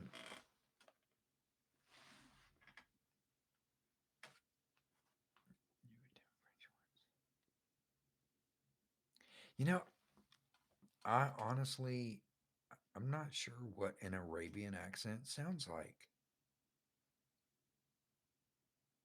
Wait, I've got a general idea. I mean, there's no way I could do it because I'm not familiar enough, but I think I have a general idea.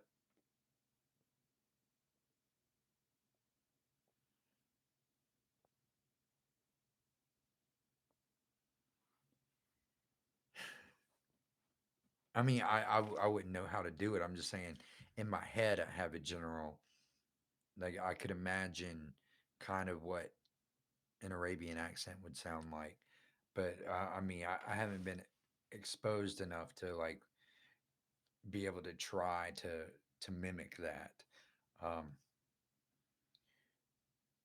British, I can I can kind of do British a little bit. I'm really not that good at doing it.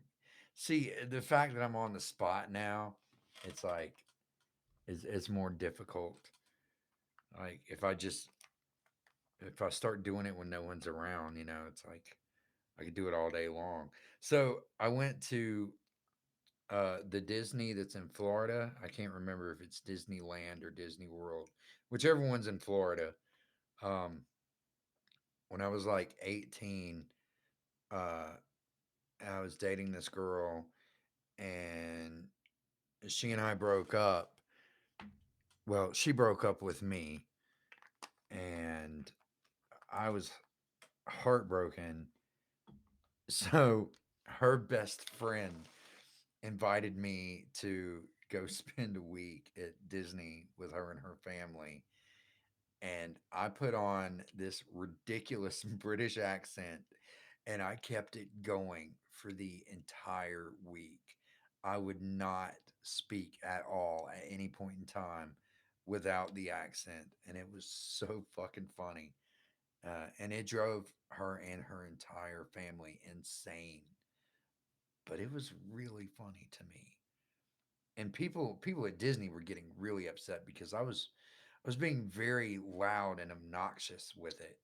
Like just like the loud, obnoxious, stereotypical Brit.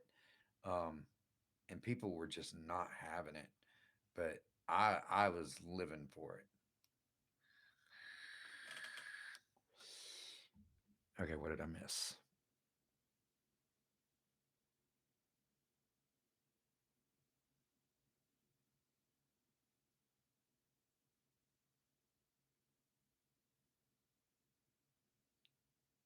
Everybody said world at the same time. That's great.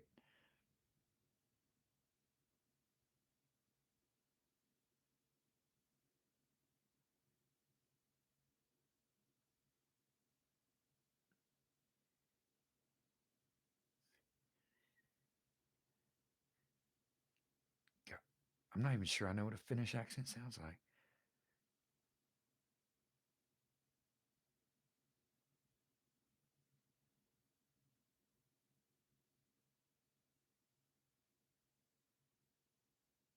Oh my God. So, Cards Against Humanity. Have you?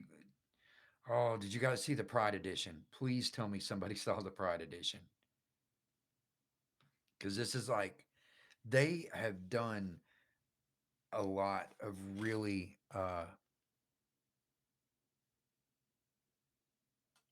okay. you know, they are infamous for their shenanigans.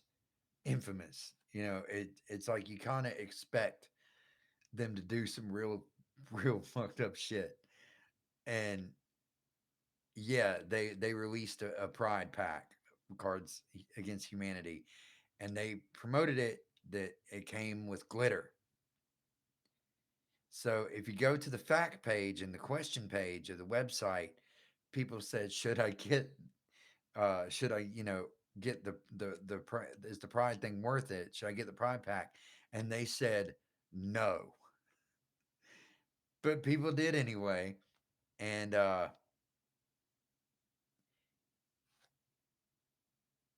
you open it up, and it's the glitter is not separate; it's in the cards.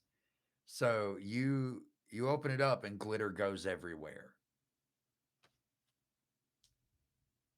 It's yeah, it's good times. I saw some pictures today on Twitter. People were like, really?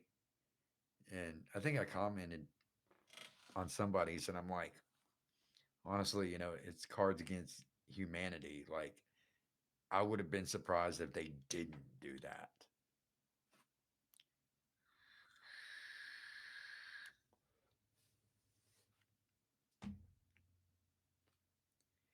Yeah, glitter can be a great weapon if you want to really upset people.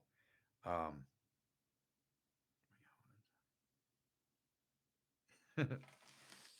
so uh, get a vial of glitter, go up to someone's car that you have a reason to ruin their day, and just dump it all along the top of their door, between where the door and the car meet, that thin little opening strip right there.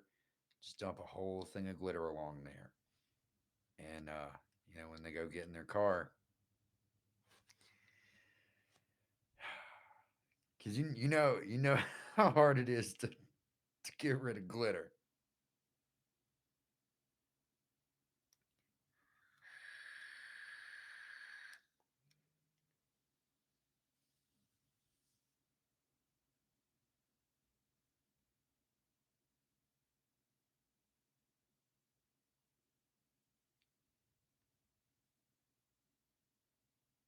I I have done something very similar.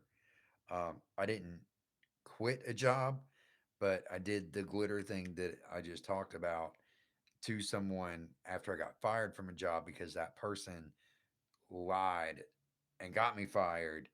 Um, I did that to their car, but I did it while they were in their car. So, they saw me walk up to their car, and they're right there. And I just, dumped a bunch of glitter on the top of their door, and I started to walk away, and he opened the door and started yelling. And I was like, dude, I was like, you got me fired. I was like, but I can go home and go to sleep and worry about my shit tomorrow. I was like, you got to work the rest of the day with glitter all over your ass. And I got my car and left. And I was like, fuck you. So that was great. Yeah, people don't like glitter.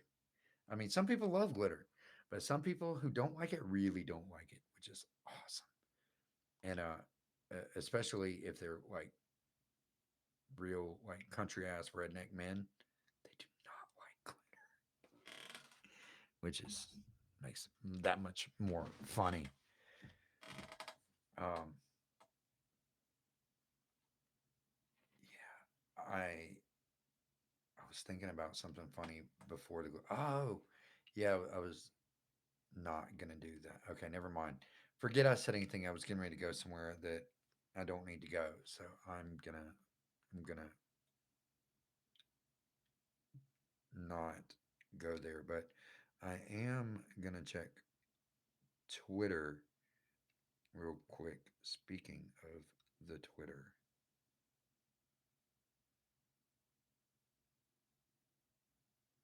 okay, all caught up on the Twitter. Um, So, uh, catch up. There was something else that I wanted to comment on that I saw before we started talking about the glitter. Okay, so yeah, the Finnish accent. Does that I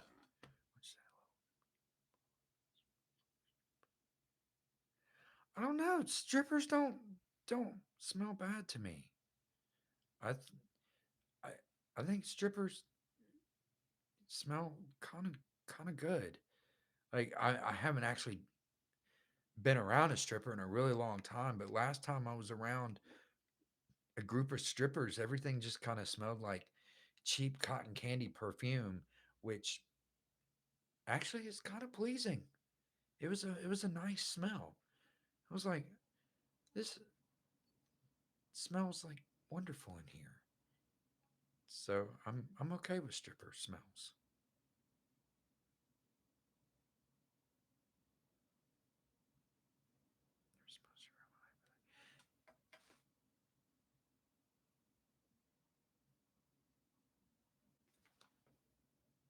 Oh, I thought I heard something weird. Um,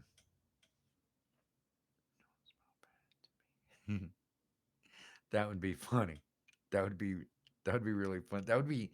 I think that would upset strippers too much because there's a lot of controversy going on, especially like on social media and just media in general right now surrounding just sex workers. Um, and a lot of sex workers are getting really upset and offended about a lot of stuff.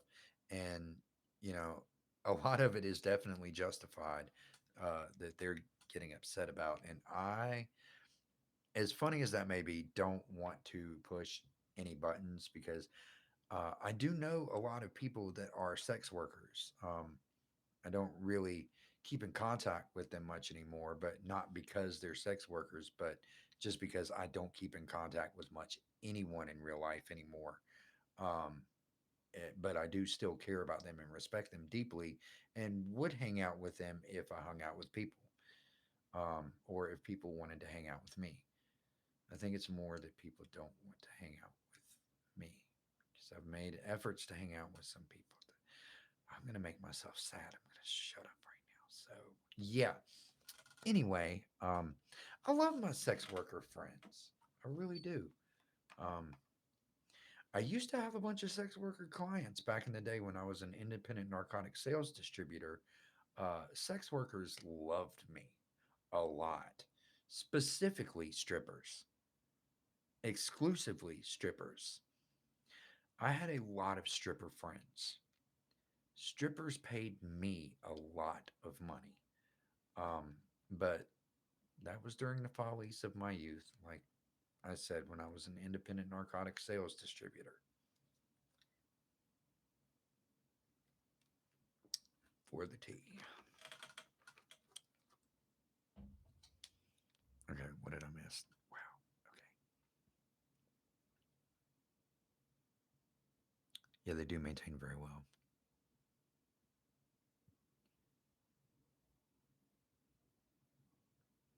Sex workers are treated very poorly. Well, I shouldn't say all sex workers because some sex workers are just at the top of their game, and there are people that there are some sex workers that are treated like better than like regular celebrities because they're just at that status of their game. They've made so much money and been so business minded about it and been careful of their contacts and connections and how they run everything that they're just at that status now where everyone knows that's what they do, but it doesn't matter because their personality is in the forefront. And it's rare, but they do exist. And then, it's almost like it's in tiers. Like, because then you've got sex workers that are almost at that level, but not quite. But they're not really fucked with. Like, they don't deal with much shit. They still, they're at a good spot. But then, as you go on down the ladder, uh, and I don't know if it's like a money issue, like, net worth, or if it's like the nature of the sex work or what it is that determines, I guess, social status and like how the treatment. But I've noticed it seems to happen like that. Um, and it might be a culmination of the two things. You know, I don't know.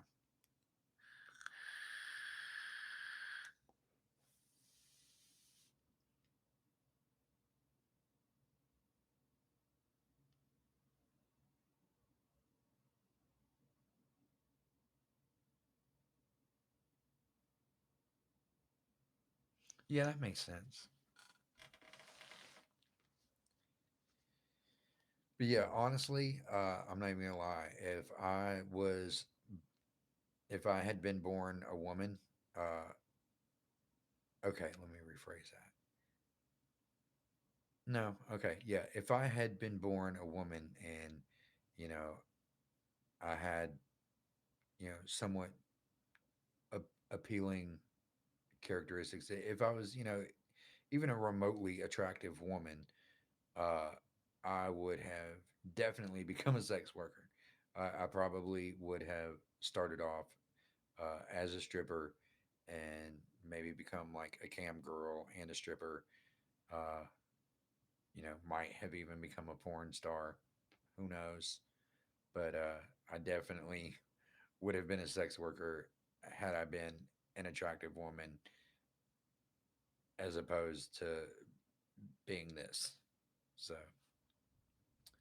yeah, I I, I have no qualms with sex workers whatsoever. I applaud them and support them and encourage them. And yeah, I would date a sex worker, no problem.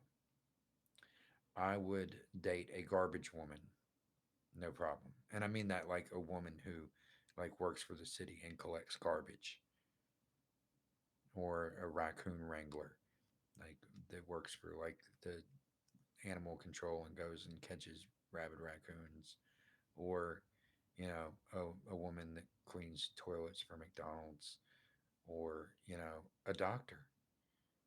I would date a woman doctor. It would be intimidating, but I would do it. And I guess basically, I'm just saying I would, I would date a woman right now. Pretty, I'm not gonna say pretty much any woman, um, because I'm sure there are probably uh, women in the world that I would meet and not necessarily click with, or it just it might not work. But any woman of any social standing that like I was like physically, mentally, romantically, emotionally attracted to, I would date right now, because I've been single for a real fucking long time and it's depressing. But, whatever. I'm living, and I've got my cat and a mannequin that I've given a personality to. I've given an online personality to a mannequin, and I've made him from another dimension, and I've made him related to a mannequin that already exists in the storyline of a pop star that's only a pop star as a revenge of an egomaniac trying to get back at an ex girl.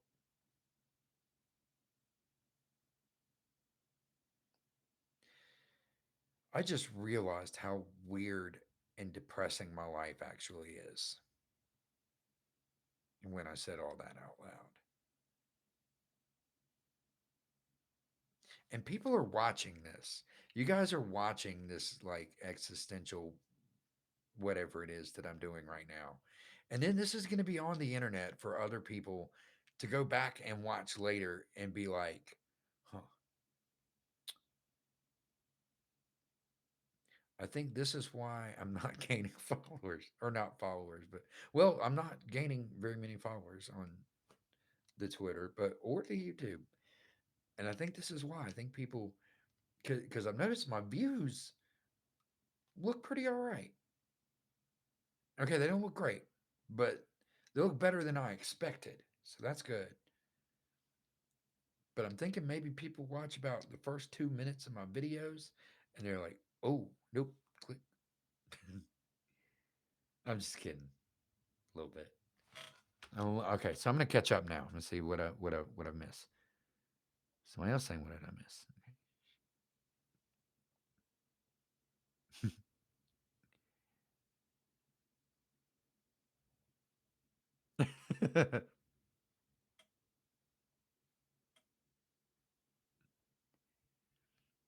I mean I think being a sex worker probably does have its I'm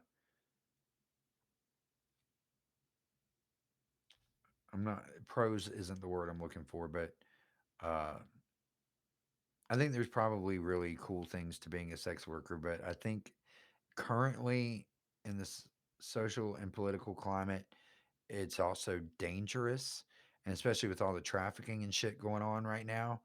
Um, if you ever decide to go that route, please, please be super careful. Um,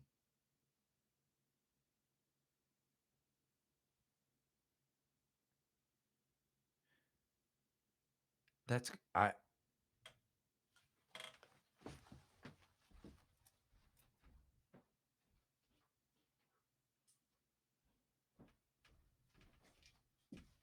have a skull I talk to at night before I go to sleep. It stays next to my bed all the time. That's really cool. I mean, that's like that's weird, but cool because like I didn't think that other people did that, so it's weird. Um,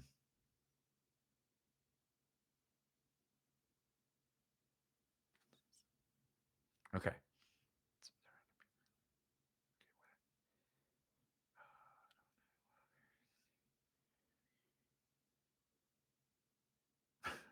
As far as like talking the TV and games and stuff like that, I think that's kind of normal. Like, I think a lot of people actually do that. Um,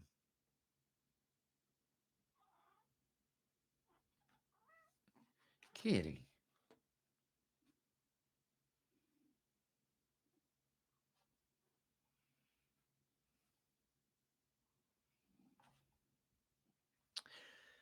Yeah, I, I definitely talk to myself a lot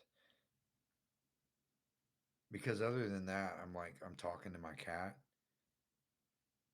But if I'm at home, I am generally, if I'm not on the computer, which is rare, but even while I'm on the computer, like if I'm looking at stuff, like going through the Twitter feed or whatever, and I see something that, if it's not something I'm going to comment on, but it's something that catches my attention, I'll talk to myself about what I just saw, like as if I'm having a conversation with somebody. I do that a lot.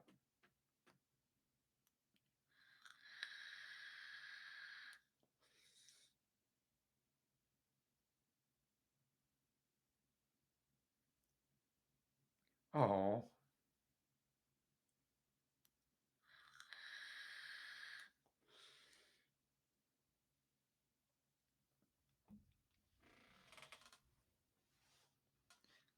that weird white coat thing. Sorry. Uh, my grandmother used to make jokes like that with me when I was real young. Before like they knew that but before I got diagnosed, before they realized I actually was something legitimately wrong with me. There was a lot of weird, I guess, or just questionable behavioral patterns and things that they couldn't explain, and my grandmother would make jokes about it. you know, and she'd be like, do we need to call Billingsley and have them come out here? You know, it's being funny because was the street that the notorious mental health facility was on. Um, but little did they know. Oh, but yeah, I tend to ask myself similar questions a lot. Like when I because sometimes okay, so here's the thing. Like with bipolar disorder, um, is the way it's basically categorized or defined or whatever is you have your two major episodes or cycles, which are manic cycles and depressive cycles or episodes, whichever you want to refer to them as. But there there's also like sometimes um, you won't have uh, a super depressed like so there's levels to it. There's bipolar one, there's bipolar two, there's rapid cycling bipolar, and then you've got mixed episodes. So bipolar one is like extreme. Bipolar one is like your manic cycles, borderline psychosis. Like you will have hallucinations. They can last. A few hours up to like a few weeks, and you have delusions of grandeur, however you pronounce it, or the depressive cycles. It's like you're on the edge. You're probably going to kill yourself. Like that's bipolar one. Then bipolar two, the manic cycles are more like hypomania. You don't quite get to the point of psychosis, and like the depressive cycles, it's more like this. This time, what's the word I'm looking for? It's like high functioning depression, basically. Um, I it begins with a D. Anyway, um, fuck, I forgot where I was going with this. Oh, asking questions. There it is. Bam. Um, so yeah, I um, have been diagnosed like multiple times over the years. The first time I got diagnosed was like 25 years ago, and back then they didn't even call it bipolar disorder, and there weren't the multiple diagnosis. It was just manic depressive, and but I've been re-diagnosed several times since then by different psychiatrists, and I've gotten different diagnosis. Um, you know, I've been diagnosed by two psychiatrists as having bipolar one and ADHD, which was weird to me, but and then I had two psychiatrists both diagnosed me with uh one diagnosed me with bipolar 1, bipolar 2, and rapid cycling, and then the other one diagnosed me with bipolar 2 and ADHD. So it's a lot to take in, and like I'm still not 100% like what nothing is solidified with me, if that makes sense. Like I don't know, I can't confidently say I'm bipolar one, I'm bipolar two, I'm rapid cycling. The ADHD I can I kind of agree with. Uh, but anyway, so there are times where like I can't identify my cycle, like or what kind of episode I'm having, because there are times where you can experience sort of a lapse, like kind of between episodes where you don't feel depression and but yet you don't feel mania. But then there's mixed episodes where you experience depression and mania simultaneously. And that shit's terrifying. And sometimes you don't realize it at first. It may seem like one or the other in a very mild form, but then it just kind of hits you. Um, but sometimes I have to ask myself, like, I won't understand how I'm feeling during a day, or like during a particular point. I'm like, what am I doing right now? Is this, am I having an episode? Am I starting a new cycle? And is this going to be a mixed cycle? Am I just in a period of normalcy? Like, what is going on right now? And I'll spend half a day analyzing myself and talking to myself, asking myself questions about every little thing I'm thinking and feeling, trying to determine what is going on in my mind. And it just sucks so bad. Dysthymia. Yeah, I think that's it. That's the word I was looking for.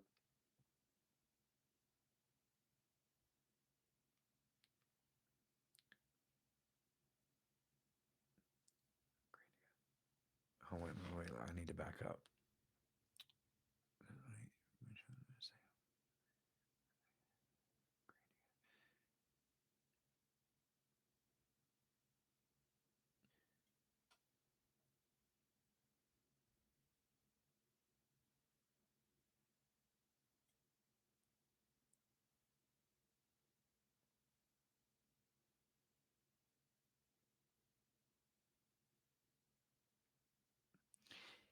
Yeah, that actually makes sense.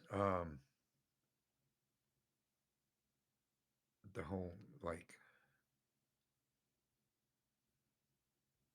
disconnected, dreamlike thing. Yeah, for me, mixed cycles is the hurricane for sure. Um, 'Cause, or mixed episodes. I don't know. They keep changing the language so much. I went years used to saying cycles, and now I think they say episodes. Um, you know, I I stopped treatment years ago. Um, there's been a lot of developments and changes and stuff. Like, so there's this drug, Risperdal. When it first came out, when it was in very experimental trial stages, um, woohoo, I got put on that. So at the time, they were having me take 50 fucking milligrams twice a day. Now, at that point in time, 50 milligrams was considered an antipsychotic tranquilizer. So they were having me, well, I didn't end up taking it twice a day for very long because the first day it put me in a fucking coma. So, yeah, that was that for Risperdal for me. But it's funny because, you know, that's when it first came out, and that's what they thought I needed. Today, Risperdal is prescribed in 1 or 2 milligrams as a mood stabilizer. And it's like, Jesus Christ, like, fuckers almost killed me with the medication supposed to be saving me from killing myself. The fuck?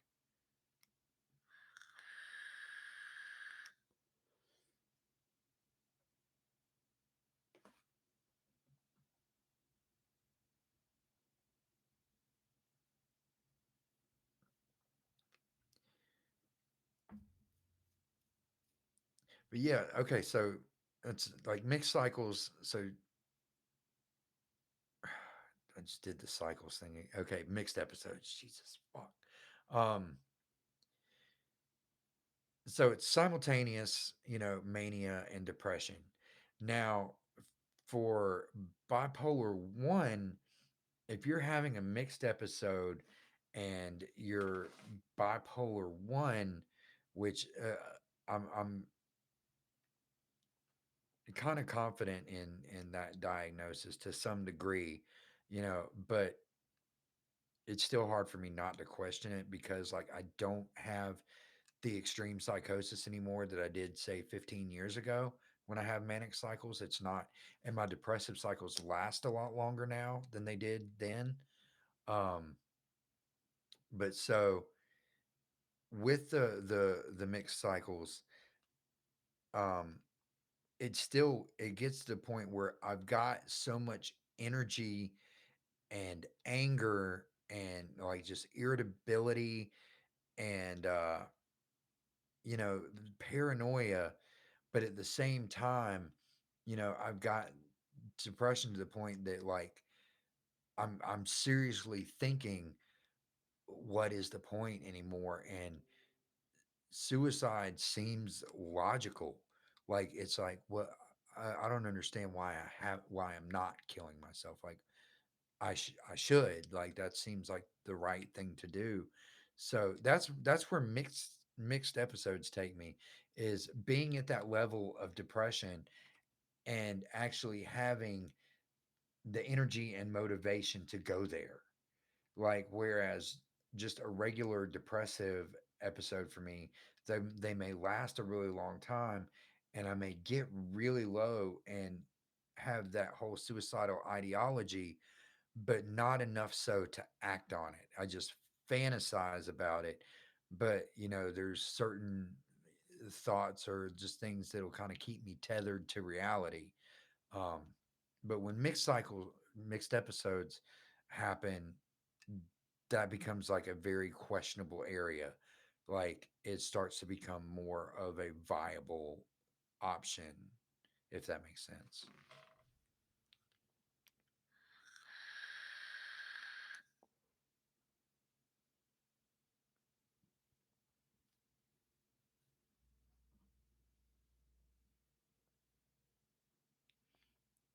Oh wait, are you talking about Risperdal?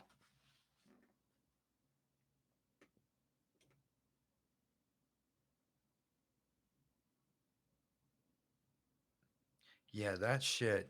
God, I don't ever ever want to experience that again. That was so brutal.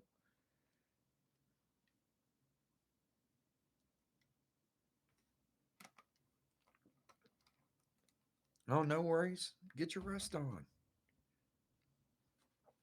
Get your dreams going. And fall asleep. Chase your dreams. And definitely deeply appreciate you coming in and hanging out and rocking all night. Well, all morning and day for you, I guess. Uh, it has been an absolute pleasure and an honor to have you here. And thank you again tremendously. And I hope you sleep well. I don't know when I'm going to sleep. I probably should have gone to sleep a while ago, but I'm just not feeling it. I'm just kind of awake. I'm here for it.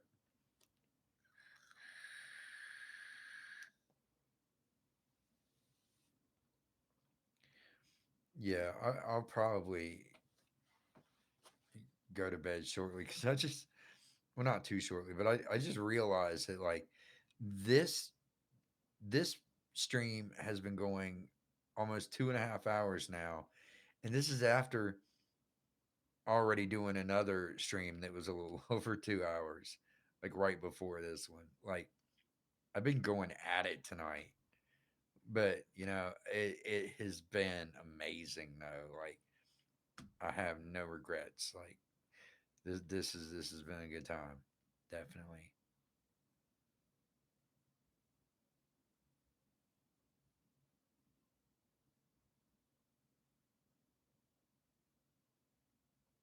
Huh?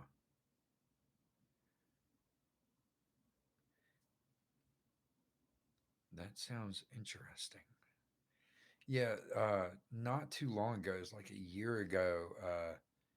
They tried to put me on Lamictal. Oh hey, what's up, buddy?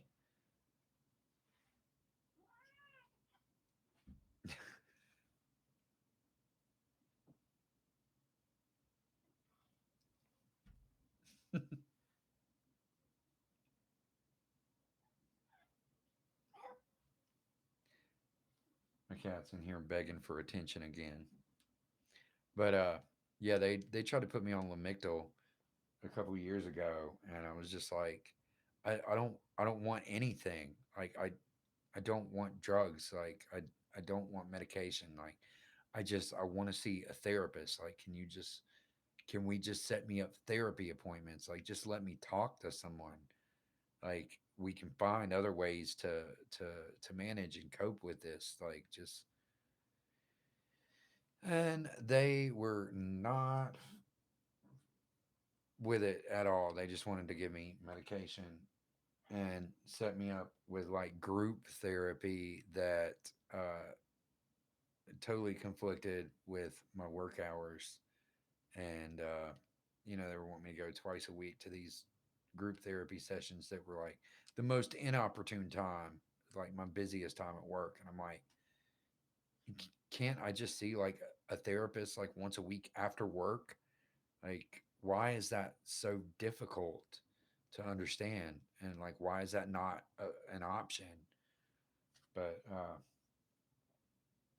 yeah, I don't know. Uh, oh, did I miss anything? His name is Ishan. Ishan.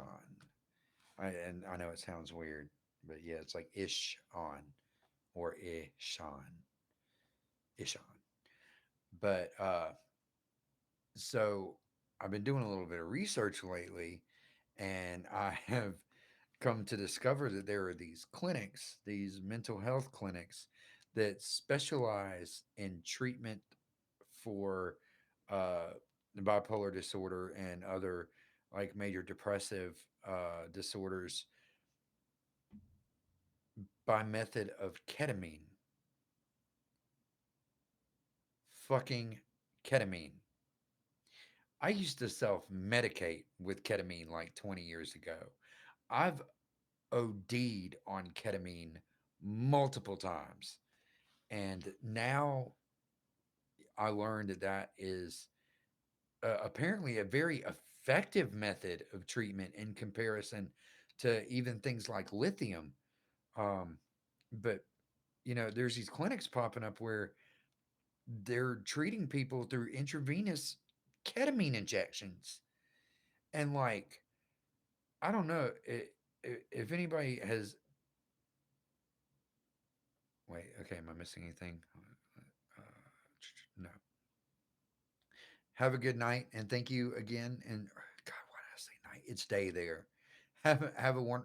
Sleep well. Sleep well, and have a good rest of your day or night when you wake up. Whatever, whenever you wake up. And thank you again. You are amazing.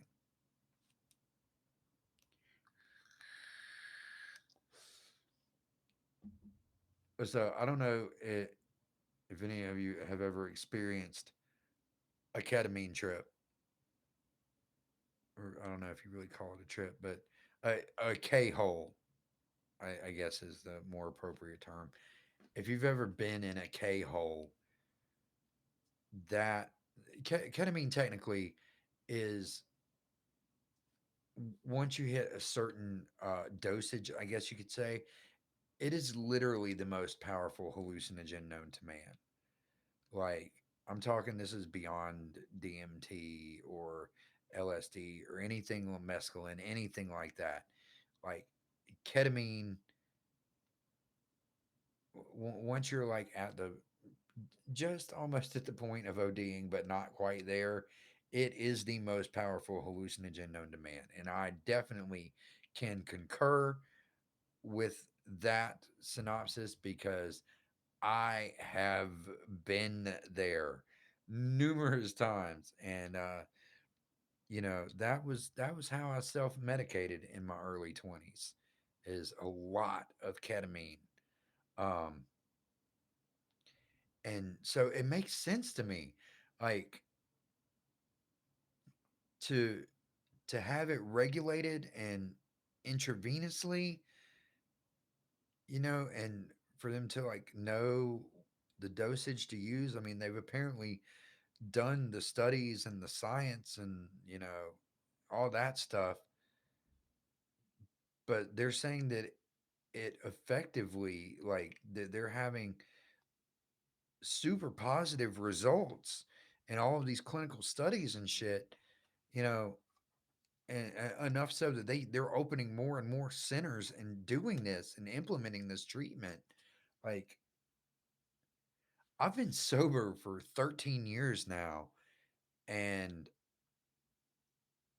I don't know if that would really constitute breaking my sobriety if I'm using it under the care of a medical professional in a medical facility for treatment of a mental illness.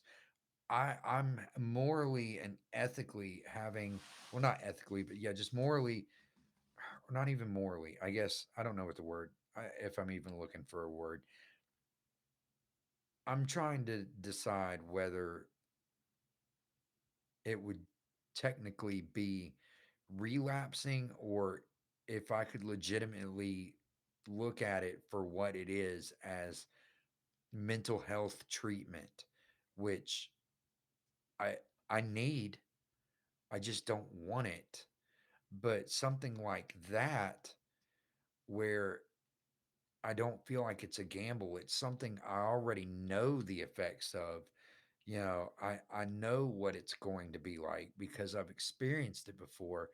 And aside from ODing a few times, the all of the times that I didn't OD, I had very, very positive experiences with it. You know, granted, it was in a much different form. You know, we were stealing it from animal hospitals and, you know, cooking it up and snorting it. But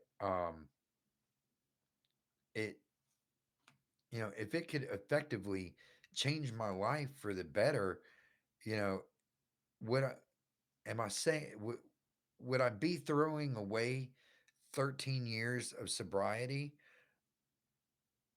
or would I just be like doing something for myself that needs to be done? Like, I don't know how. This is a tough decision, really. Like, I don't know how to look at it, and if it's something that I should really look into, or if I should just continue riding the roller coaster and hope for the best.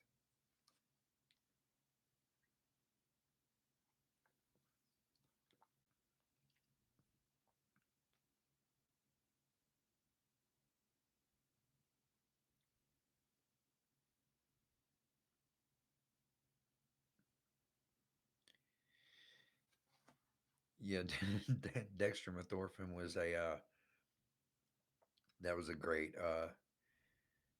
how should I put it, additive, like, cut that um I used to use for a lot of things back in my independent narcotic sales distributor career. Oh, the follies of youth.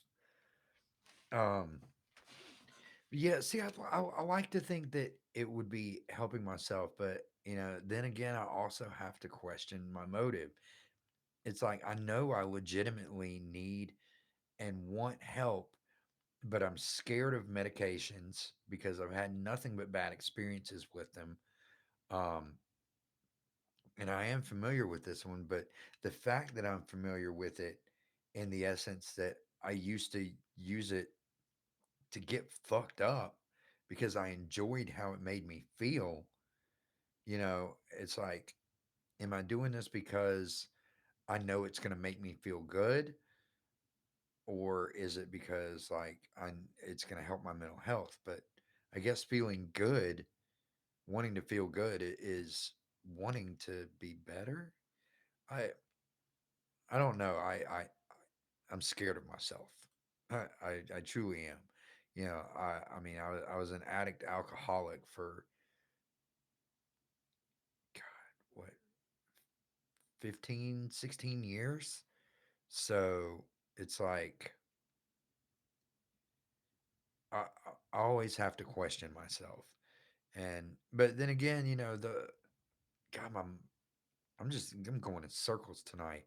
Um, you know, I think the whole basis of me being an addict and an alcoholic for as long as I was that I was trying to escape reality because of mental illness, Like it was me self-medicating, because I didn't trust doctors, but I trusted street drugs and alcohol because I knew what I was getting. I didn't have to question what was going to happen to me, what the long-term side effects were going to be. I knew what was going on, you know.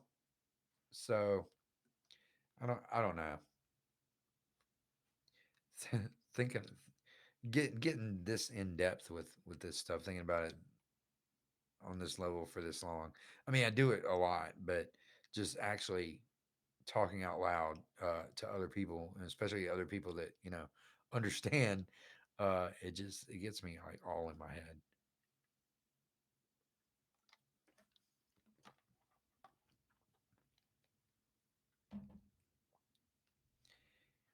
Yeah, I mean,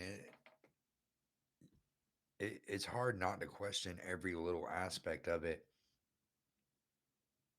when you have some sort of idea of how and why your mind works, or you have some level of self awareness as to why you do things, but you can see different aspects of why you do them, or just kind of create different aspects just from different perspectives of the same situation, I guess. I don't know. I'm I've been up for a really long time.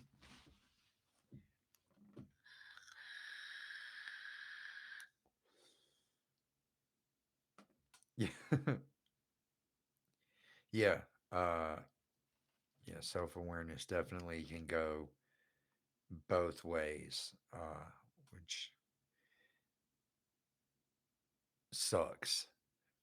Like it's awesome when you can like identify things about yourself and it helps you to like grow, or it gives you the ability to know your strengths and weaknesses, and can keep you out of potentially harmful situations. But at the same time, like knowing certain strengths and weaknesses, it can ultimately, uh, I guess, be a hindrance in a sense. Um,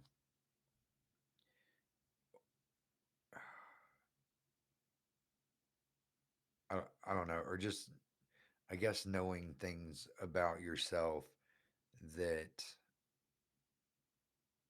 I don't know how to put it into words. I know what I'm thinking, and this sucks. Like this, I do this all the time. Um, but no, I totally relate to that. I understand like how self awareness can definitely go to both ends of the spectrum. I'm just not good at explaining it, but I feel that.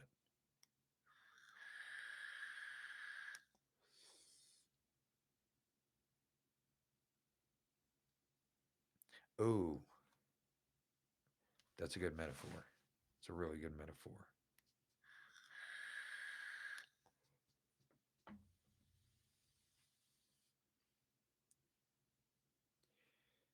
Man, this has been really cool. Like I'm trying not to apologize so much for being awkward and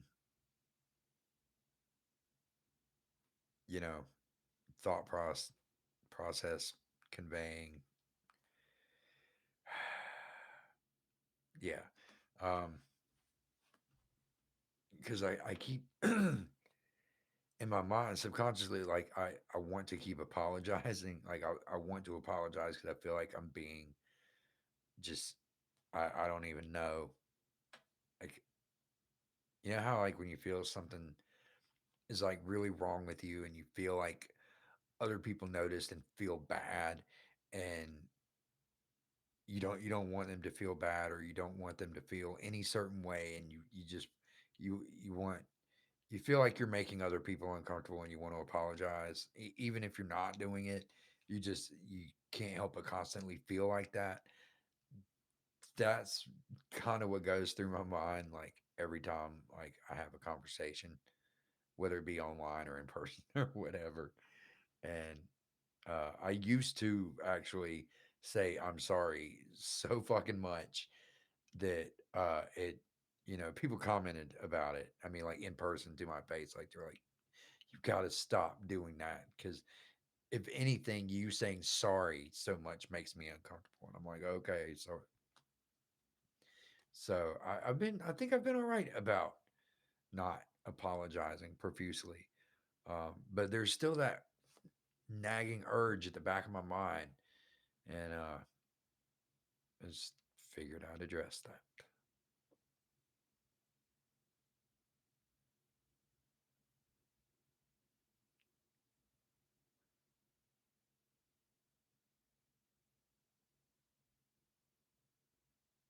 Uh, Hold on. I could have sworn I just saw. Oh, okay, I did see a guitar question. Okay.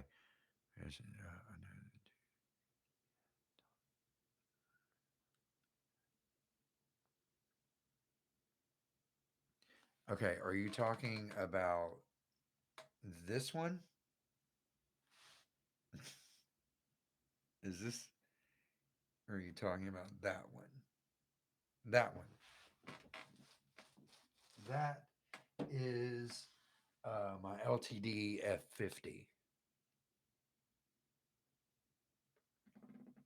I uh, I actually bought this guitar strictly for the aesthetic. Like I loved the shape and cut of the body,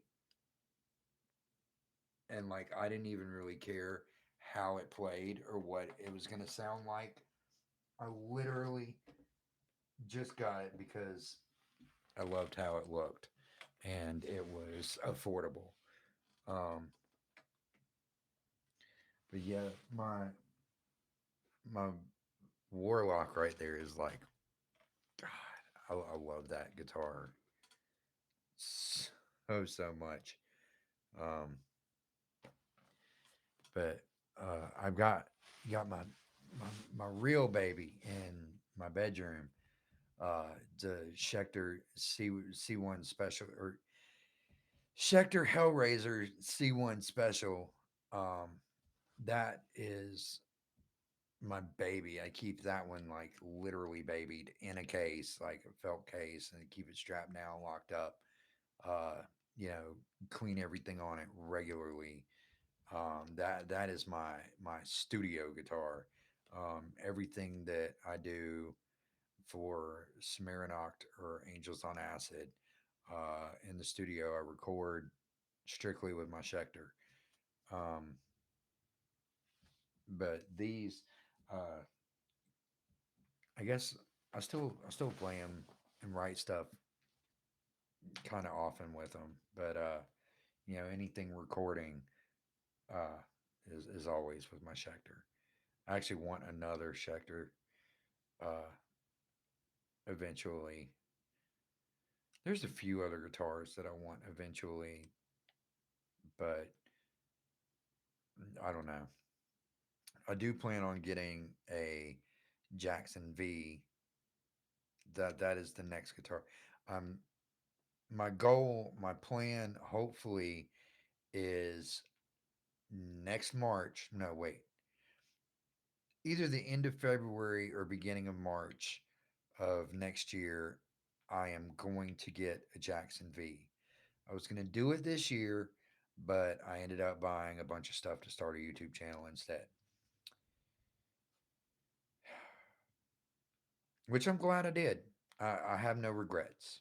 I am actually, I am cool with the fact that I broke the bank and uh, started a YouTube channel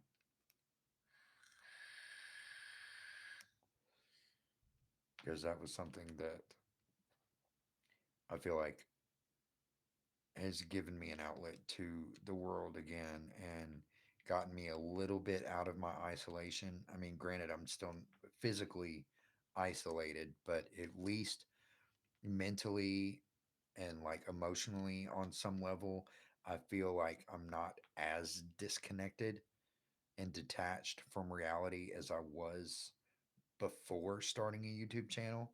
I feel like I'm putting something good into the universe again, if that makes sense.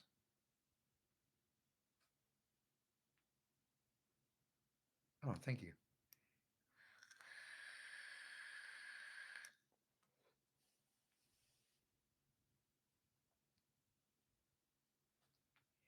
Yeah, I definitely feel like having a variety of, oh, and then okay, that's my bass. That's my rogue bass. Okay, I'm gonna fall if I do that. Never mind. But so yeah, there's bass because um you know when I'm trying to compose an entire piece with multi layers of guitars and drums and bass and everything, I kind of have to have all of those things. So yeah, I got a bass. I'm not very good at the bass. I mean, I'm not terrible, but I'm definitely nowhere near as good on bass as I am on guitar. But generally with the stuff I write, I primarily write black metal and black and death metal and thrash metal and black thrash. So I don't really have to get too fancy on the bass. Like I can keep it kind of simple if I need to. I like to give it a little depth and contrast. I do like to make it stand out a little bit. So sometimes I'll kind of do popping harmonies and shit, but um, I'm not super good by any means. But it's fun. Oh, my phone just made a noise.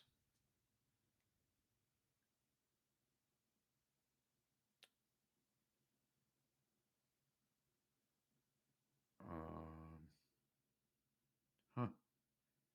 It's weird. My phone made a noise, but there's no new notifications. Weird. Oh, there.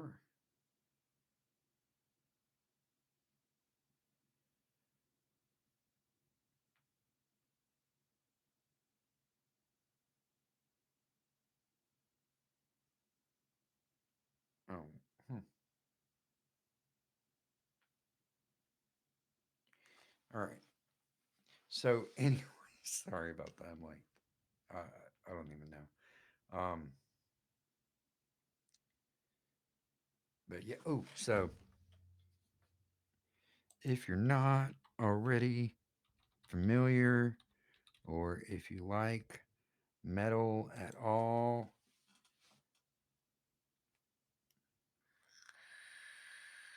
oh, cool. Oh, very cool. Love atmospheric black metal. Um, but yeah, what I just put in the type Samarinoct, that's like my solo project. One of my solo projects, but not so solo, if that makes sense. So Samarinoct, the music's all me. I write all the guitar, or I write, play, record all the guitars, bass, drums. I mean, the drums I cheat a little bit. Um, it's MIDI. I write them out, but I don't actually play them. I use samples, but I write them out. But it sounds legit as fuck, and it's lo-fi and everything. So it sounds like some straight up raw black metal drumming. But so I do all the music for Samarinoct, and I do some of the backing vocals, but all of the lead vocals right now on the EP that we're working on, Michael, the vocalist and songwriter who writes all the music for Angels on Acid, he does the vocals for Samarinoct on what we've got thus far. And then the album that I'm going to start after this EP, it's going to be Michael and Jessica from Angels on Acid doing the vocals together, and I'll continue doing all the music. and it'll be those two on vocals. So that'll be interesting. Um, because both of them did the vocals on Basterian, and the dynamic there with both of them doing vocals was it was on another level. Like it was something that I mean I've heard plenty of bands that have like two vocals and just stuff like that. For losing my train of thought. So for having two vocals, and it being a guy and a girl, and both doing metal vocals together and alternating verses and doing verses together, it was such a unique and like powerful sound uh, that once Basterian was over and I started doing the Smirnock thing, like I really want them to replicate what they did with Basterian, but with Smirnoff. Like I want those two together, doing vocals again together, and uh, we're gonna start working on that. So it's like both of them. So I'm excited about that, and uh, yeah. Then there's this other solo project that I have that's all just me, including the vocals, but the vocals are really bad because I am terrible at vocals. Terrible. I mean, even my black metal voice is awful, but it's a DSBM project. So it's kind of okay to have really shitty vocals. So I'm okay with that because really it's more about the lyrics than the vocals, the music and the lyrics, and just me screaming really depressive, suicidal shit. So um, that's all right. It's kind of on the back burner right now. I've only written one song for that project, but I've got a sick logo and sick album art, but one song. So, you know, whatever.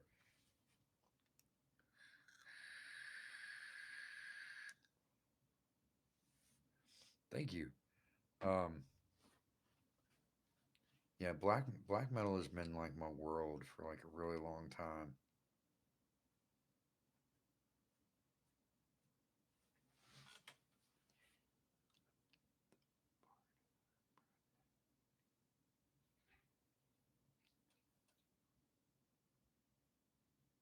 I don't know what my cat was doing, but yeah. God, I was getting ready to say something interesting about black metal. Oh, yeah. Have you seen? Um, I think it was Noisy that put it out. Um, it's a documentary called One Man Metal, and it was I know it was Zaster, Leviathan, and one other one man band that began with an S. Um, and I can't remember which one it was, but it was really good. Like I'm like see getting to see into the lives, especially of like Zaster and Leviathan, was crazy. Because there's shit that like I didn't even know about either of them, and it just kind of blew my mind. Like Leviathan, you know, prior to becoming the Leviathan project, he was a pro skater. Like lives in LA and he's like a pro skater. And I was just like, what? Yeah, it's on YouTube. There might be a full length version. I know I've found it broken down into three parts, but I think there is a one full length all the way through one as well of it. But yeah, it's just called One Man Metal. But it's all about like depressive suicidal black metal, and it focuses on those three bands. But Zaster, I swear, like I relate to him so hard. It's ridiculous. Like just a lot of his philosophies and his behavior and just everything. Like I get it. Like a lot of the stuff he talks about, like I feel it. I'm just like, damn.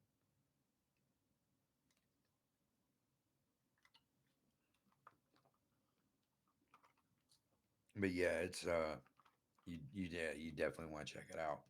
I've watched it like several times. Every time I'm just like, yes, yes, I need this. I killed my tea. My tea is dead, much like inside.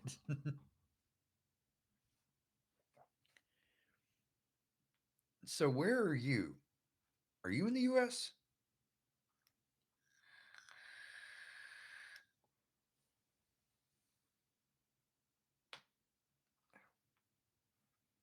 That was my ankle popping. Oh, okay. So yeah, you're in the you're in the southeast. Kind of, yeah. I mean that's southeast, isn't it? Southeast-ish. Alabama. Yeah, yeah. So you're still in the Eastern time zone, Eastern Standard Time.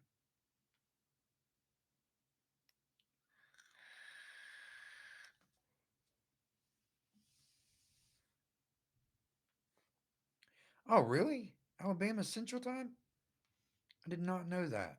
Wait, so that means you're an hour behind me, right?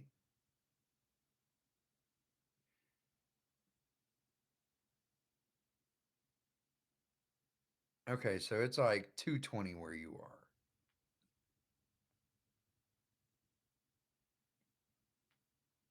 Yeah, that makes sense. So where does the what is the West Coast time called? Why do I not know that? I do know that. Why can I not think of it? And isn't there not? Is it just three time zones, or is there's a fourth one? Pacific. Yeah. Okay. That's right. Is there a fourth one? No. Wait. Is there? Wait. No. Just Eastern, Central, and Pacific. There's not like a mountain one, right? Am I just imagining that? I have no idea what I'm talking about. But that's okay. But yeah. So where does Pacific time start? Like, is that in a specific state where that starts? Because I think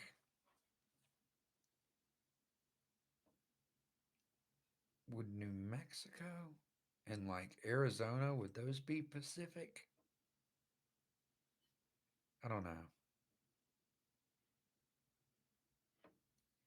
I don't know. This is all shit I feel like I should be more knowledgeable about. And I feel like at some point in time in my life I probably was. So I've always like scored really well on tests. Houston, Texas is limiting my responses.